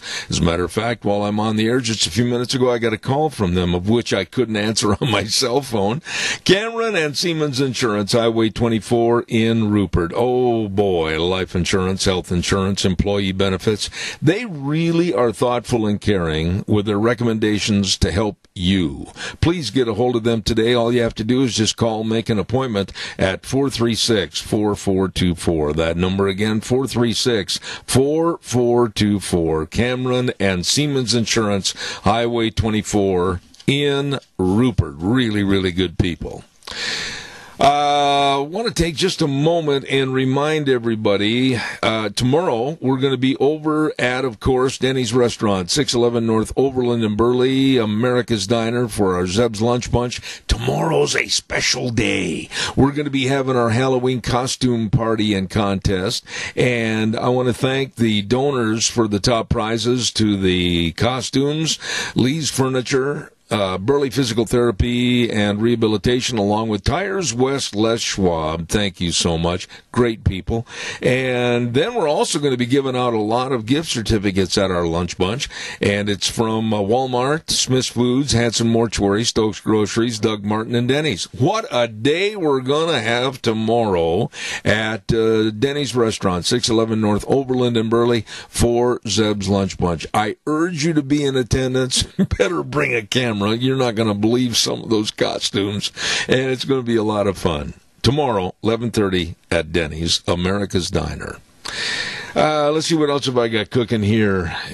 Coming up next hour, we have the Idaho Fish and Game Report, and I'm not sure who's going to be on the program this morning, but we've got a lot of questions, a lot of things to cover. We're right smack dab in the middle of hunting season and a transition from fall going into colder weather and possibly winter, and we're going to find all about the different hunting regulations and everything, and your calls will be welcome. Wheels, a quick question. Have you perfected that costume for tomorrow at Lunch Bunch?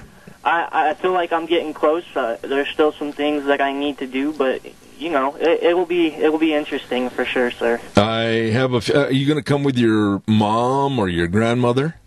No, I'm going to come with my mom tomorrow. My grandma couldn't make it, you know, because she's out of town, so. Yeah, my mom's going to try to make it, and she's going to try to dress up, too. So. Well, tell your mother I said thank you. I appreciate that. And I got to tell you, I can't wait to see you guys tomorrow. So, with that being said, we're going to turn it over to you right now for the news from CBS. I'll be right back.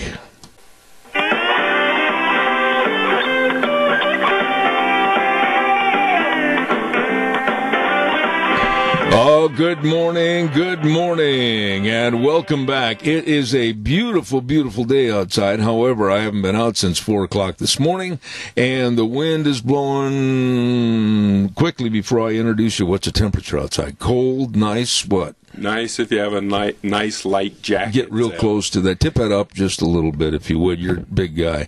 Nice if you have a light jacket. Yes. How light? Like a down-filled parka or what? No, I just had my windbreaker on. Oh, it is windy, Zeb, and a windbreaker is helpful. The wind is not blowing like it did Saturday. Oh, I had right across the way from me, I had a power line down because a tree took it out. I heard that. Yeah. And there was a lot of that, a lot of that problem all over the valley. And I noticed on Addison, a house that had just been framed and up was no longer framed and up. Wow, I had not heard that. Anyway, I've got to tell everybody this is brought to you by, of course, our major sponsor, your Magic Valley, Les Schwab Tire Centers, all 7 locations serving you with a big fall tires sale going on right now at all 7 locations. And also some of our great advertisers like Burley Physical Therapy and Rehabilitation at 1263 Bennett Avenue, Suite 2 in Burley, helping you get back to being you. And our friends at Greystone Crossing Independent Senior Living at 1221 21st Street in Hayburn. Seniors living the good life with friends. Before I introduce our mystery guest, I'll tell you that the Bennett Boys Auction Service is going to have another ripping good sale this Saturday up in Donnelly. There's a good little road trip for you. It's the Rockin' Horse Ranch Equipment and Farm Auction, and they've got some excellent Equipment up there at Donnelly at 1300 East Roseberry Road, and they're going to have tractors, farm equipment, trailers, saddles, horse tack, household miscellaneous. I've seen the pictures of a lot of these items, and they are good. Rockin' Horse Ranch up in Donnelly, Bennett Boys Auction Service managing that sale at 11 o'clock this Saturday. And don't forget the Bennett Boys Auction Service. No sale too big, no sale too small. The Bennett Boys, yep, they sell them all. Real quick, too, by the way, you need a camper shell, Craig. I'll tell you where to go, and that's, of course, Save on Shells at 1827 Overland and Burley. Anthony and the rest of the people that help him there are absolutely outstanding. They know camper shells, and believe me, the best of quality service and low prices you will find and receive at Save on Shells. I know because I bought a camper from them, and it's excellent service. Anthony at 312-1525. That number again, 312-1525. Save on Shells, 1827 Overland in Burley. Craig White with the Idaho Fish and Game, and he is the main man as the regional supervisor. Good morning. Good morning, Zeb.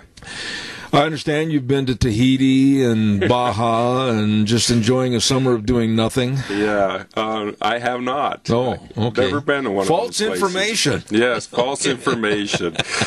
What have you been doing? See, you can always tell if a man's giving you a story because he goes, Well, we have been into the full swing of the hunting season. Of course, the general deer hunt. It started really early. Yeah, it started on October 10th. Now, we've had a lot of other hunts. Before. Yes, we had the archery, general archery hunts. I myself got out a week, so I did have that Baja experience. I got to tell you about my son. He is an avid bow hunter, okay, and a good one. And he lives up in Nampa, and they go over towards New Meadows and up in that area, you know.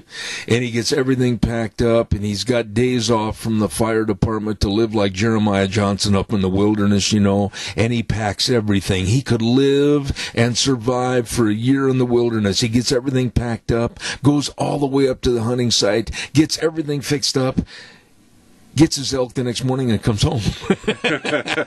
You know, there is a caution I give hunters that unless you really want to get home, you might want to pace yourself. But even if you get an elk, you know, I'm all for just staying out there for the time you have off. Yeah, he's got 2 little boys, so you don't stay up any longer than you have to. Oh, so they were with him. Well, yeah, things get a little tense. See, if they're not with you, you stay longer than if they are with you.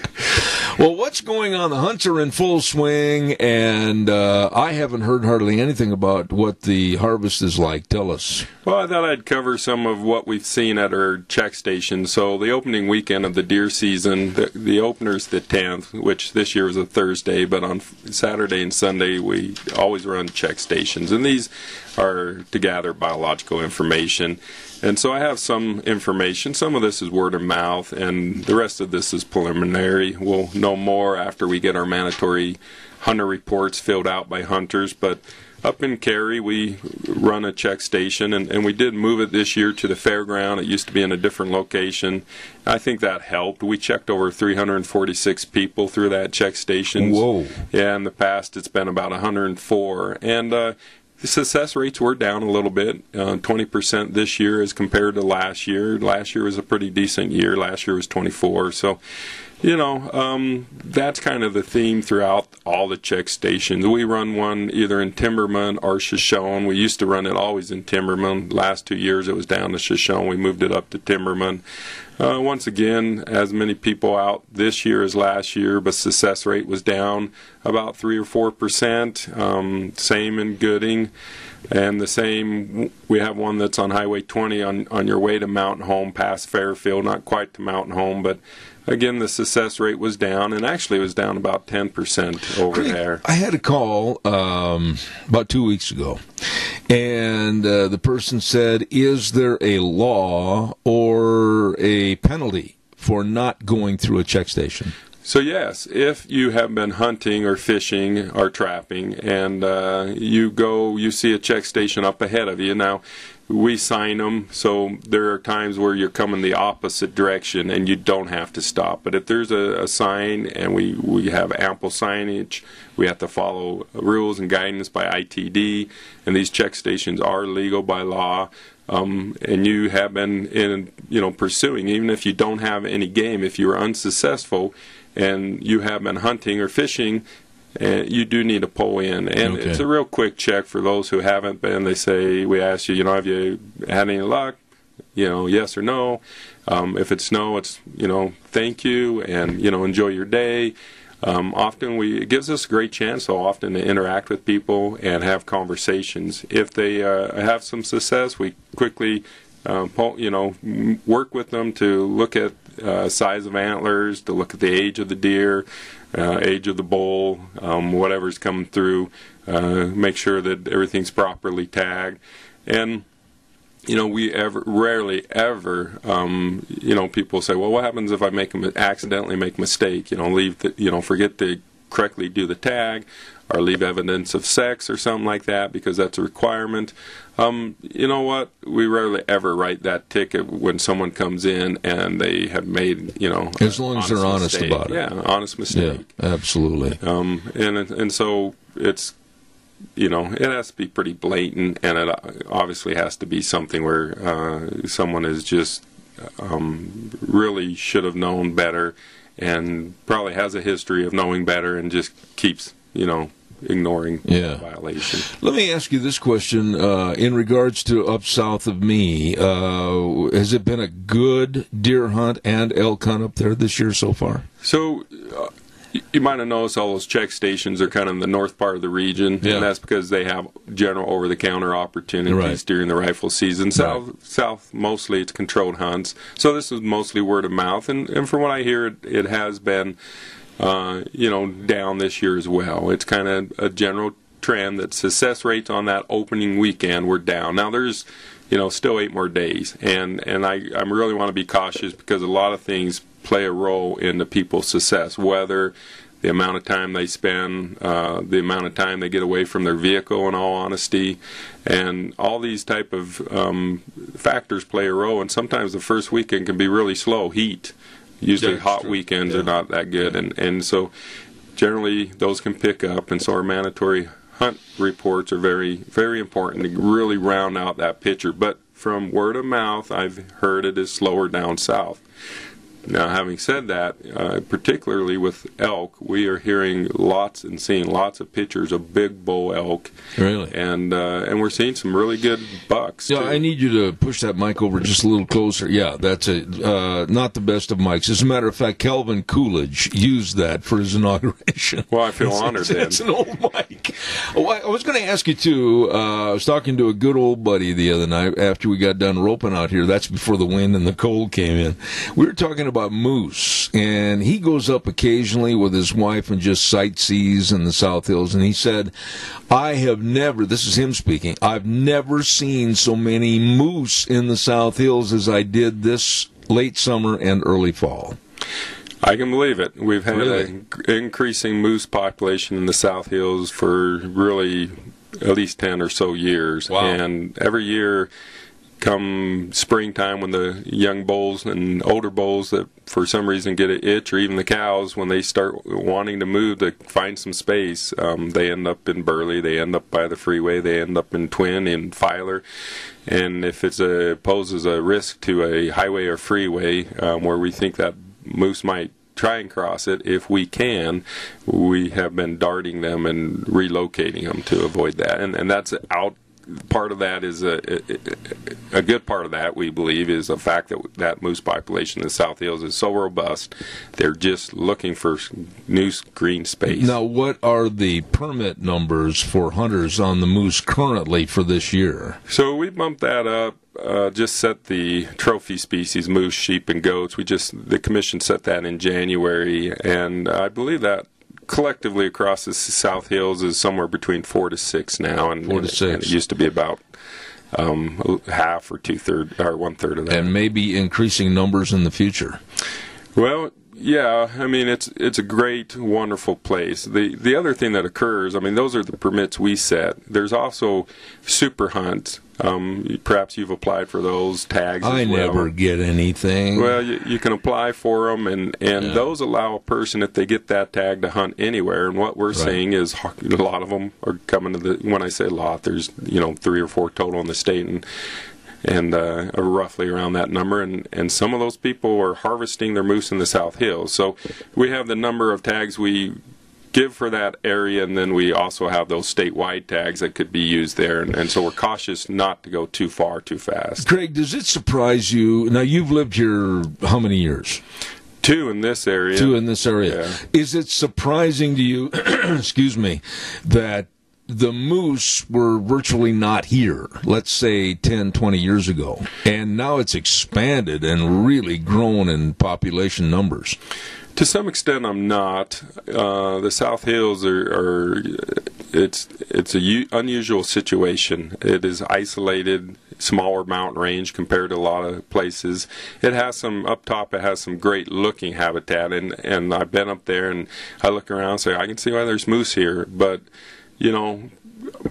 information I have from staff who have been around, 25, 30 years is moose really weren't there. And, habitat changes over time. It doesn't stay the same. Sure. Right now, it is very productive for moose up top. And protected moose population, small control hunt numbers, it has allowed it to grow and really flourish. Isn't that the same, though, with also the elk numbers? Well, yes, the elk numbers also have flourished. If you look at the timeline for elk, over 400, 500, 600 years, are really a plains animal, very abundant, in the plains, and not so abundant necessarily in mountains, but with America being settled and elk being hunted to some extent, kind of pushed them back to the early 1900s, only being found in a few locations. Some of that was the remote parts of Idaho, as well as Yellowstone, and elk really are quite the recovery story, and states bringing them in, states like Arizona that really dry climate like that, probably if they had elk, but not to that number, and elk have done well there. So elk have done well here. They were in the mountains mostly because that's where they had refuge. Farming practices, other stuff, they can go out around the INL and they can now find water, and they can find alfalfa fields that they hit. And so it's elk have expanded into areas they probably were historically, but not in large numbers. And part of that, honestly, has to do with the water availability and greenness. I would imagine that as a wildlife lover and being a part of the Fish and Game, you must cringe when you see these idiots over in Yellowstone try to go up and kiss a bear or try to hug a moose. Well, it's kind of funny you mentioned that. I have a book called Don't Squat with Your Spurs On. I've got the same one over here on the bookshelf. One of the little sayings there is, never let your rifle down to hug a grizzly. Yeah, really. I believe in that. I do love, and have a passion for wildlife and wildlife resources, but there is a proper place and for wildlife in our lives and for us in the space of wildlife. And too often people want to humanize wildlife, especially like a grizzly. Oh, that's just a cute little, fuzzy creature. Yes. Yeah. And what really bothers me about that is Yellowstone, to me, is a sacred place. I really feel that way because of the beauty and all the aesthetic value that it brings. And it's a great home to so much wildlife. And then when you see, and the signs are there, do not do this, do not do that, don't endanger yourself. And then you see some idiot parent try to have a little 5-year-old girl go over and stand by a buffalo. Yeah. I mean, really? Yeah, Yellowstone, and the first time, I love it too. And the first time I was there was probably 11 or 12 years old, I can remember going up there with my parents on a vacation. But it's also one of the most unnatural places. True. Geologically and all that, it has some wonderful wonders and wildlife, and that's natural, but how we interact with it is unlike any other place in this country. Well, like the guy that had about a six-pack of Bud and decides to go swimming in one of the geothermal pools, you know? Yeah. Not real bright people. Yeah, the old Darwin rule, I guess. Amen. By the way, did we cover mandatory hunter report? Did we? No, we didn't. Just real quick, a reminder for folks that when they have a deer, elk, or pronghorn tag, please fill out your mandatory hunter report when you're done. You can do that by going online to our website, idfg.idaho.gov, and there's a spot there you can get to do that. You can call our office, and we'll oblige you over the phone. We're open from 8 to 5, Monday through Friday, or you can call a 1-800 number. It's 1-800-554-8685. Once again, 1-800-554-8685, and they'll help you fill that out. Okay. It says here, what do you do if you see a violation? What are you referring to? So, a lot of people want to do it right, and a lot of people want others to do it right.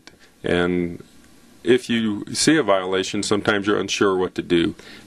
First thing is to remember to be a good witness, to record what you see, just jot it down. Everyone carries their phone now anymore, and you have apps on your phone. You can, write something down. So write down what you observe. How many people, if you see a vehicle involved, license plate, color of clothes they're wearing, if there's something left, if you see someone illegally shoot an animal and they walk away but you saw a shell ejected, go mark that. Don't necessarily need to pick it up, but mark it, record the location, and then call either our CAP hotline, and that's a 1-800 number as well. It's 1-800-632-599. It's also on the back of every license, so even if you... Say that number again. 1-800-632-5999. Oh, 3 nines. Yeah, I left a 9 off. You were hanging a 9 out there someplace. It's also on the back of your license. Okay. Or you can call our office. Once again, we're open 8 to 5, Monday through Friday. Or you can call the county dispatch, the local county's dispatch that you observe this in, and they can get a hold of us. But witnesses, people who are willing to when they observe something, call it in. That's our best eyes and ears out there. We don't have enough people to cover all the ground, and we don't want you to put yourself at risk. I mean, a lot of this can be done using binoculars, your spotting scope, whatever you have on you, and just observing. And that recently happened up in Unit 43. We had someone call in. They had witnessed 2 individuals on horses shoot a doe. I don't think the people realized it was a doe, but they shot a doe. They got up there and realized, oh, this is a doe, and they turned around and rode out. Left it? Left it. They only had antler tags, but they made a mistake, but they compounded it when they turned around and rode away, because that person observed it. They went down, and I give this person a lot of credit. They not only observed it, reached out to us and got us headed there, but then they went down and they gutted the animal, if I can say that on the radio. They gutted That's the animal. least of my worries on this program. They gutted the animal, took care of it. They found the shell. They saw the shell and everything. And they had this all wrapped up for us. We just had to stop the individuals, which we did. And, people make mistakes. They're not bad people. These are people that I honestly think, they weren't trying to hit the doe. They were trying to hit a buck. They hit the doe. And they compounded their mistake by riding away. Yeah, I was going to say that here you go, where you're hanging yourself to dry on a clothesline if you weren't honest. And what would have been the response of you or any of the Fish and Game if all of a sudden these people, these individuals, would have carried that doe out, contacted a report station area, and said, "Look, this is what I did"? What would have happened? It would have been a whole lot different. And this does happen, where people self-report all the time, and the speed at which they self-report and their attitude makes all the difference. And if someone had done exactly as you described, taken that doe out immediately, the person who had shot it called as soon as they got cell coverage and said, "I really screwed up, I'm sorry," the response would have been a whole lot different. I'm not going to forecast for, it would have been this, or that, but I can tell you often it's a warning. Yeah. Versus, absolutely. Often there's several violations and they get the lightest. Apologize, audience. All of a sudden there was a rather not nice, sharp bang in my headsets and we went off the air. We don't know what happened, but we appreciate the fact that Wheels has got us back on the air. We're visiting with the regional supervisor of the Idaho Fish and Game, Craig White, and I got to take a little break. Actually, it's a good timing to have that done because I want to remind everybody about what's going on over at Greystone Crossing, Independent Senior Living at 1221 21st Street in Heyburn. Absolutely a wonderful, wonderful place for seniors, and I urge you to go and have a tour of this great location. They provide 3 wonderful, delicious meals every day, housekeeping, local transportation, and it's just absolutely right in the hub of things. Just on 21st Street, just a little bit down from Walmart in Heyburn. Seniors living the good life with friends. Here's the number to call and try to make an appointment for a tour, and I think you'll love the place. It's beautiful. 650-4979. I'll repeat it, 650-4979. Greystone Crossing, Independent Senior Living with Matt and Kelly Wiggins. That number again, 650-4979. We're going to take a little break for about 3 minutes maximum and be right back here with more with the Fishing Game. And now, back to Zeb at the Ranch on AM 1230 KBAR. To reach Zeb, call 436-2244 or toll free 1-866-927-4587. And now, here is Zeb. Welcome back on a breezy kind of a Wednesday, October 25, and of course the Fishing Game here with us. And I want to remind everybody too about Patterson's Electronics, 421 East Main in Burley. Every single time I go in there, there's more and more of all your electronic needs, whether you need a home theater system to kick your boots up on the easy chair and sit back and relax, or they've got the video surveillance cameras for your protection of you and your property, all the car stereos and speakers, complete sound systems, every kind of TV you could be looking for, from Samsung, Sony, Toshiba, LG TVs. What a selection. And really, really nice people. Curtis and Lorena serving you at Patterson's at 421 East Main in Burley. Open Monday through Saturday, 9 to 6. And, of course, the telephone number to call, 678-6997 for Patterson's in Burley. We're on the air right now with a dear friend of this program, Idaho Fish and Game supervisor for this region, and that's Craig White. And what's happening in the South Hills with the Forest Service proposal and some misinformation and some road closures and Zeb getting 30 phone calls, and what's going on here?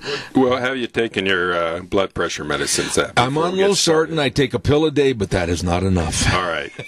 So I appreciate this opportunity that we're going to discuss some of what's happening in the South Hills, and some folks have contacted us as well regarding the Forest Service had a proposal. So let me kind of back up and give the background. Every time we go out and we survey hunters, about a third of them or more are pretty strongly feel like they want to have a non-motorized experience, a place they can go, hike in, ride horses in, take llamas, however they want to get there, as long as it's non-motorized and not have someone else in a motorized vehicle, show up on the ridge above them or whatnot. So about 15 years ago, the Forest Service was doing their travel management plans, and Idaho Fish and Game tries to represent all of our clients, which includes people that want motorized access, people that want kind of in between, and people that want non-motorized. And so we proposed, some non-motorized access areas for people, and the Forest Service, in their travel management plan, created that. There's 3 areas. Almost immediately, 2 of those kind of became ineffective. They weren't well placed, and people drove around them, violated the road closure, and so forth. About 5 years ago, they were saying, well, we have these 2 areas that are kind of ineffective, and we said, well, our clientele still have some desire for that. I mean, like I said, there's a good amount of desire for that. And so they asked us to come up with 4 areas that they could potentially consider. And I believe the idea is that they were going to take a one-for-one consideration. So one of those areas that's closed now, that's being ineffective, but still people are violating, they would open it back up, and you select another area of those 4 to close. And this is just for the month of October. This is during the prime rifle hunt and period for people. And so that was what was proposed to them at the time, or collaboration, I guess you could say, coordination between them and us, and what we said, hey, could you scope this? Because just like us, they scope with people.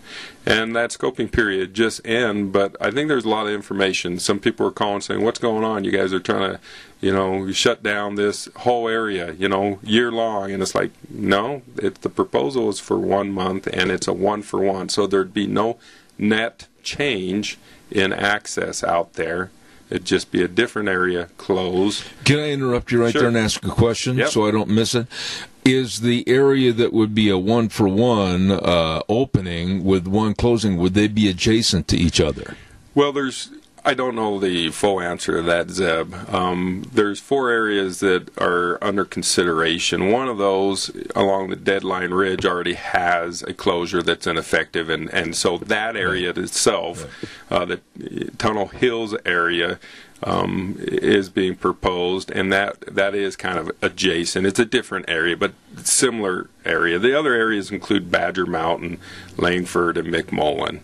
And my understanding is the consideration was just opening one of those areas and in exchange closing another. I see. So those are 4 areas being considered. One of those, like I said, I do know up on the Deadline Ridge area is one of those that there is a close that's ineffective, and another area further down would be more effective as a closure. So because of time constraints, if you don't mind some simple layman's terminology of which I will try to apply here in my simple mind, these closures are not a permanency type basis. And number 2, they are on selective areas to create an aura of a non-automotive intrusion into those areas to let hunters that want to go afoot, a horseback, or whatever. Is that basically it? So the answer to your first question, permanency, no. It's just during the month of October. Right. Okay. And the second part... And will alternate. What do you mean by will alternate? Well, I mean, you said that there will be not the same one closed every year. Is that right? Oh, those would be for the foreseeable future, closed every year to create that. I see. But not all 4 of those, once again, the proposal wasn't all 4 would be closed. It was to consider one of those 4 in exchange of opening another one. Gotcha.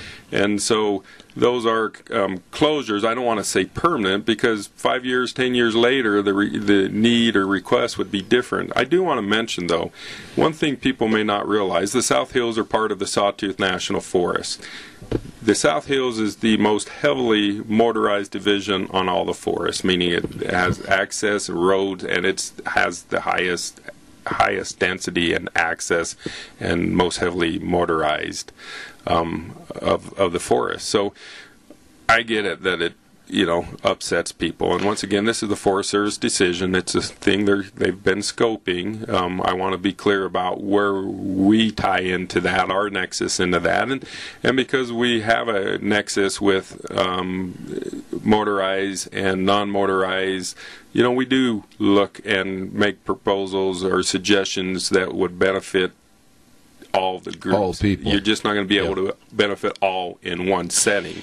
Craig, you'd be surprised probably as to my response on this problem, if you will. I think a lot of people jumped into the puddle of being upset without checking how deep the water was. And there was some misinformation put out. I think you'll concur with that. Oh, yeah, absolutely. And the other thing is that might surprise you, I would take the side on the areas for non-motorized because I used to have an outfitting business. And believe me, I didn't like dirt bikes running up the back end of somebody's old mare, and all of these things combined. So basically what it is, and if somebody wants to take issue with me after the program, go ahead.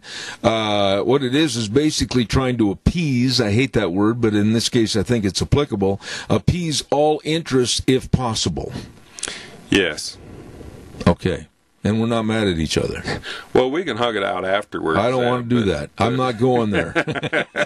But no, and this may surprise some of our listeners. I'm all about, providing access. I have friends that, need to get out on a UTV or Razor to get to places, and some of that's health related, some of that's just physical condition at the time, and I'm grateful there's opportunities across the board. I drive into where I hunt for elk and the sawtooth, and then we do some hiking, but we rarely go more than a mile or two, which means we kind of stay close. Let's take this call, and then I've got a weather forecast. Caller, go ahead quickly. You're on the air. Yeah, Craig, I was curious on these hunting regulations for the elk. Why is there so many tags in these units, like 2,500 here and 4,000 here? It's almost like you guys are trying to wipe these elk out. I'll listen over here. Sir, I appreciate your call. Thank you very much. Craig, respond, please. Hey, appreciate the call.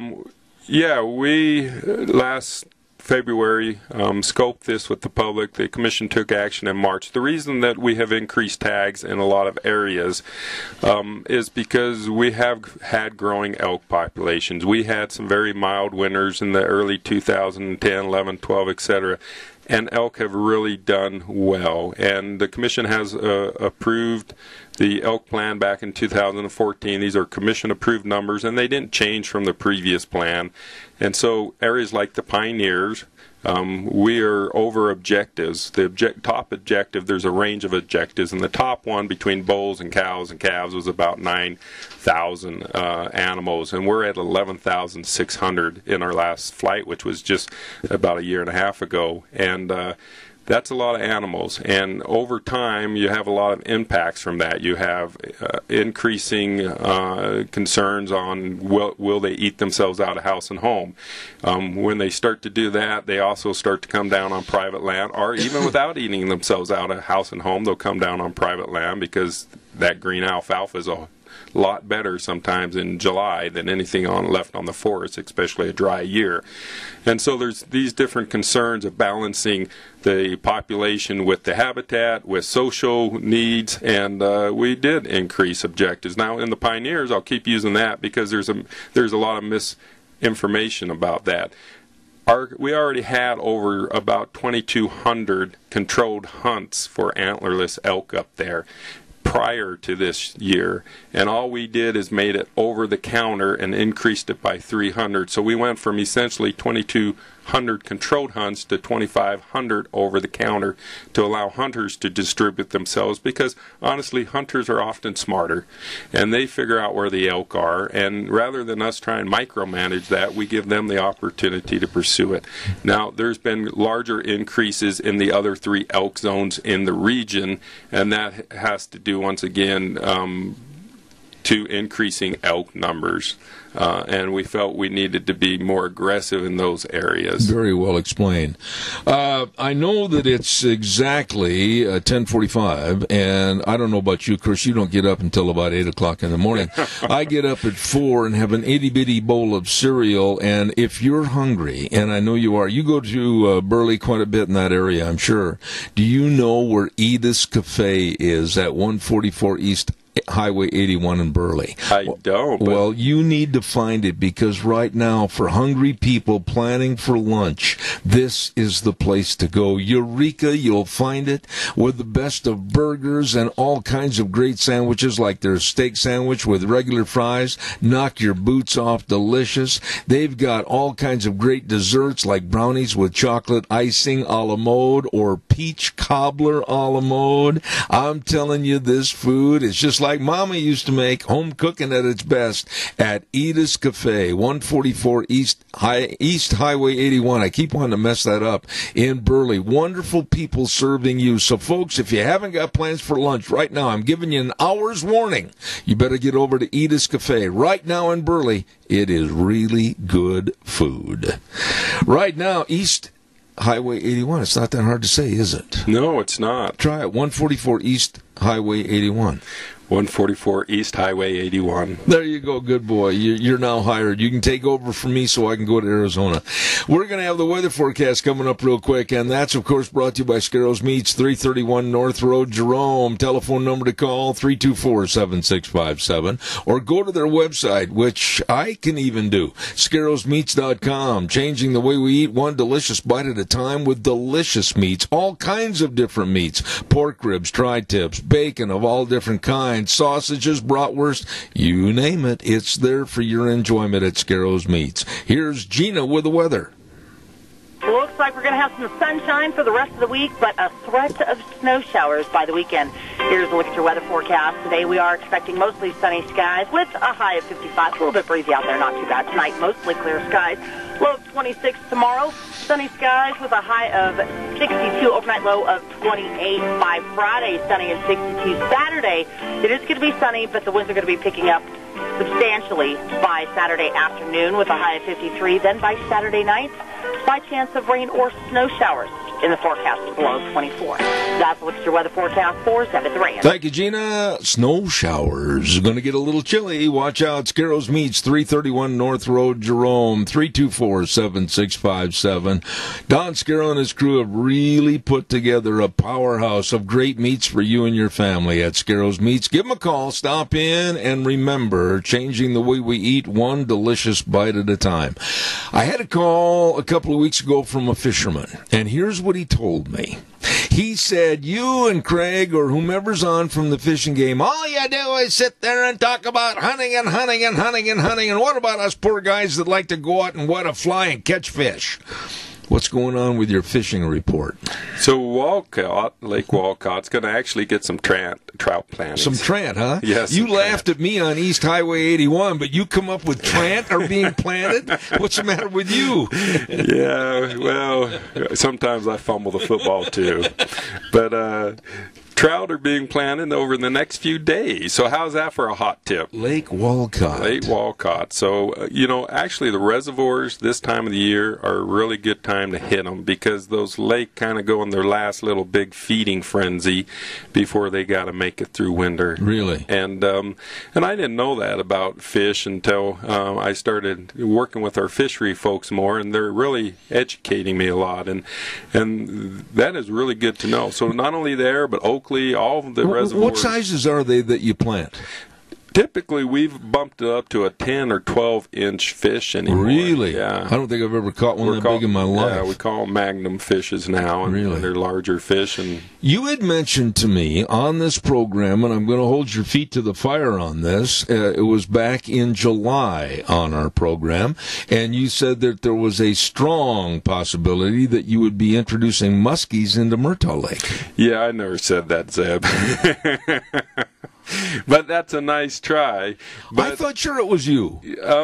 I think we talked about muskies, and we talked about the lake around the corner from you, Maybe as I like to call it. Maybe it was Terry that mentioned that. Well, I do recall we talked about muskies, and I do recall that we talked about the possibility of looking at that. And but I know I wouldn't have committed to it because I don't know if it's going to be feasible. But that's a great question, and I'm going to make a note because I do recall some conversations on that, and I do want to find out where that's at and if we're going to have any changes. You would not believe the number of people from right here in this immediate area that heard that on the program, and they go, wow, that would be neat. Yeah, no, I know there's been some conversations, and I recall that we had some. I just don't recall, but you record these programs, so if you can come up with it. But I think I'm wise enough to know that I better not say absolutely unless it's happening. But now, you also made the statement one time on my program that you were pretty well sure there were some sturgeon in the lake over here that had come down through the canal system. Well, I do know that we get concerned with fish, and that's one of the things about we have to be careful with the lake around the corner from Zeb, as I like to call it, is that it does have that situation. And a couple years ago when we had a lot of water, we pretty much think that maybe there is access for fish from the system to dump into there where it hasn't in the past. I don't know if I don't recall that either, but I got to tell you, I got gray hair. I got 5 kids. 4 of them are at home. I can barely remember my name some days. So yeah, wait till you get to be my age. You're still a kid. What are you, about 50? Yeah, about that. That was really kind of disregarding my statement. Okay.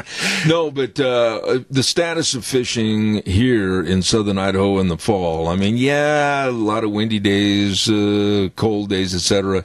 But really, now's not a bad time to go fishing at all. It really is a great time. And, yeah, you have to deal with, the windy days, and they could be a little cold. But it's a great time. Even the streams can be good. Obviously, the higher up you go, the more likely they're already kind of played out in the sense that the weather's gotten cold enough, the water's cold enough that they're not as active. But certainly streams at mid-elevation or lower down and can be really good. What about, quickly, I've got time for just this short answer on the commission happenings. What are you talking about there? Well, I just want to alert people that the commission, they meet about 8 or so times a year, and the next meeting is in November in Pocatello, November 13th to 14th. The night of the 13th is the night people can come in and weigh in. There's open mic time. They get 3 minutes. You can talk about any subject you want, and the commission listens. Mostly this commission meeting will be setting the calendar for next year and procedural actions, some updates. And so those who like to follow that, check our website. We should be getting the agenda updated here shortly and out on that. And Pocatello, if you want to go, isn't that far away. So want to let people know about that. We will be starting the first part of November, or the end of November, first part of December, to scope for upland game, turkey, and the fur bear seasons for the next 2 years. Those are on 2-year cycles. And so we'll start scoping ideas or changes for the upland game, turkey, and fur bear seasons starting the end of November, first part of December, and the commission acts on that in their January meeting, which is typically in Boise. Okay. All righty, folks, there you heard it. A full hour with Craig White, Regional Supervisor with the Idaho Fish and Game. We'll have our final remarks in just a moment. I want to remind everybody real quick about our major sponsor, your Magic Valley Les Schwab Tire Centers. All 7 locations celebrating a huge, really big fall tire sale.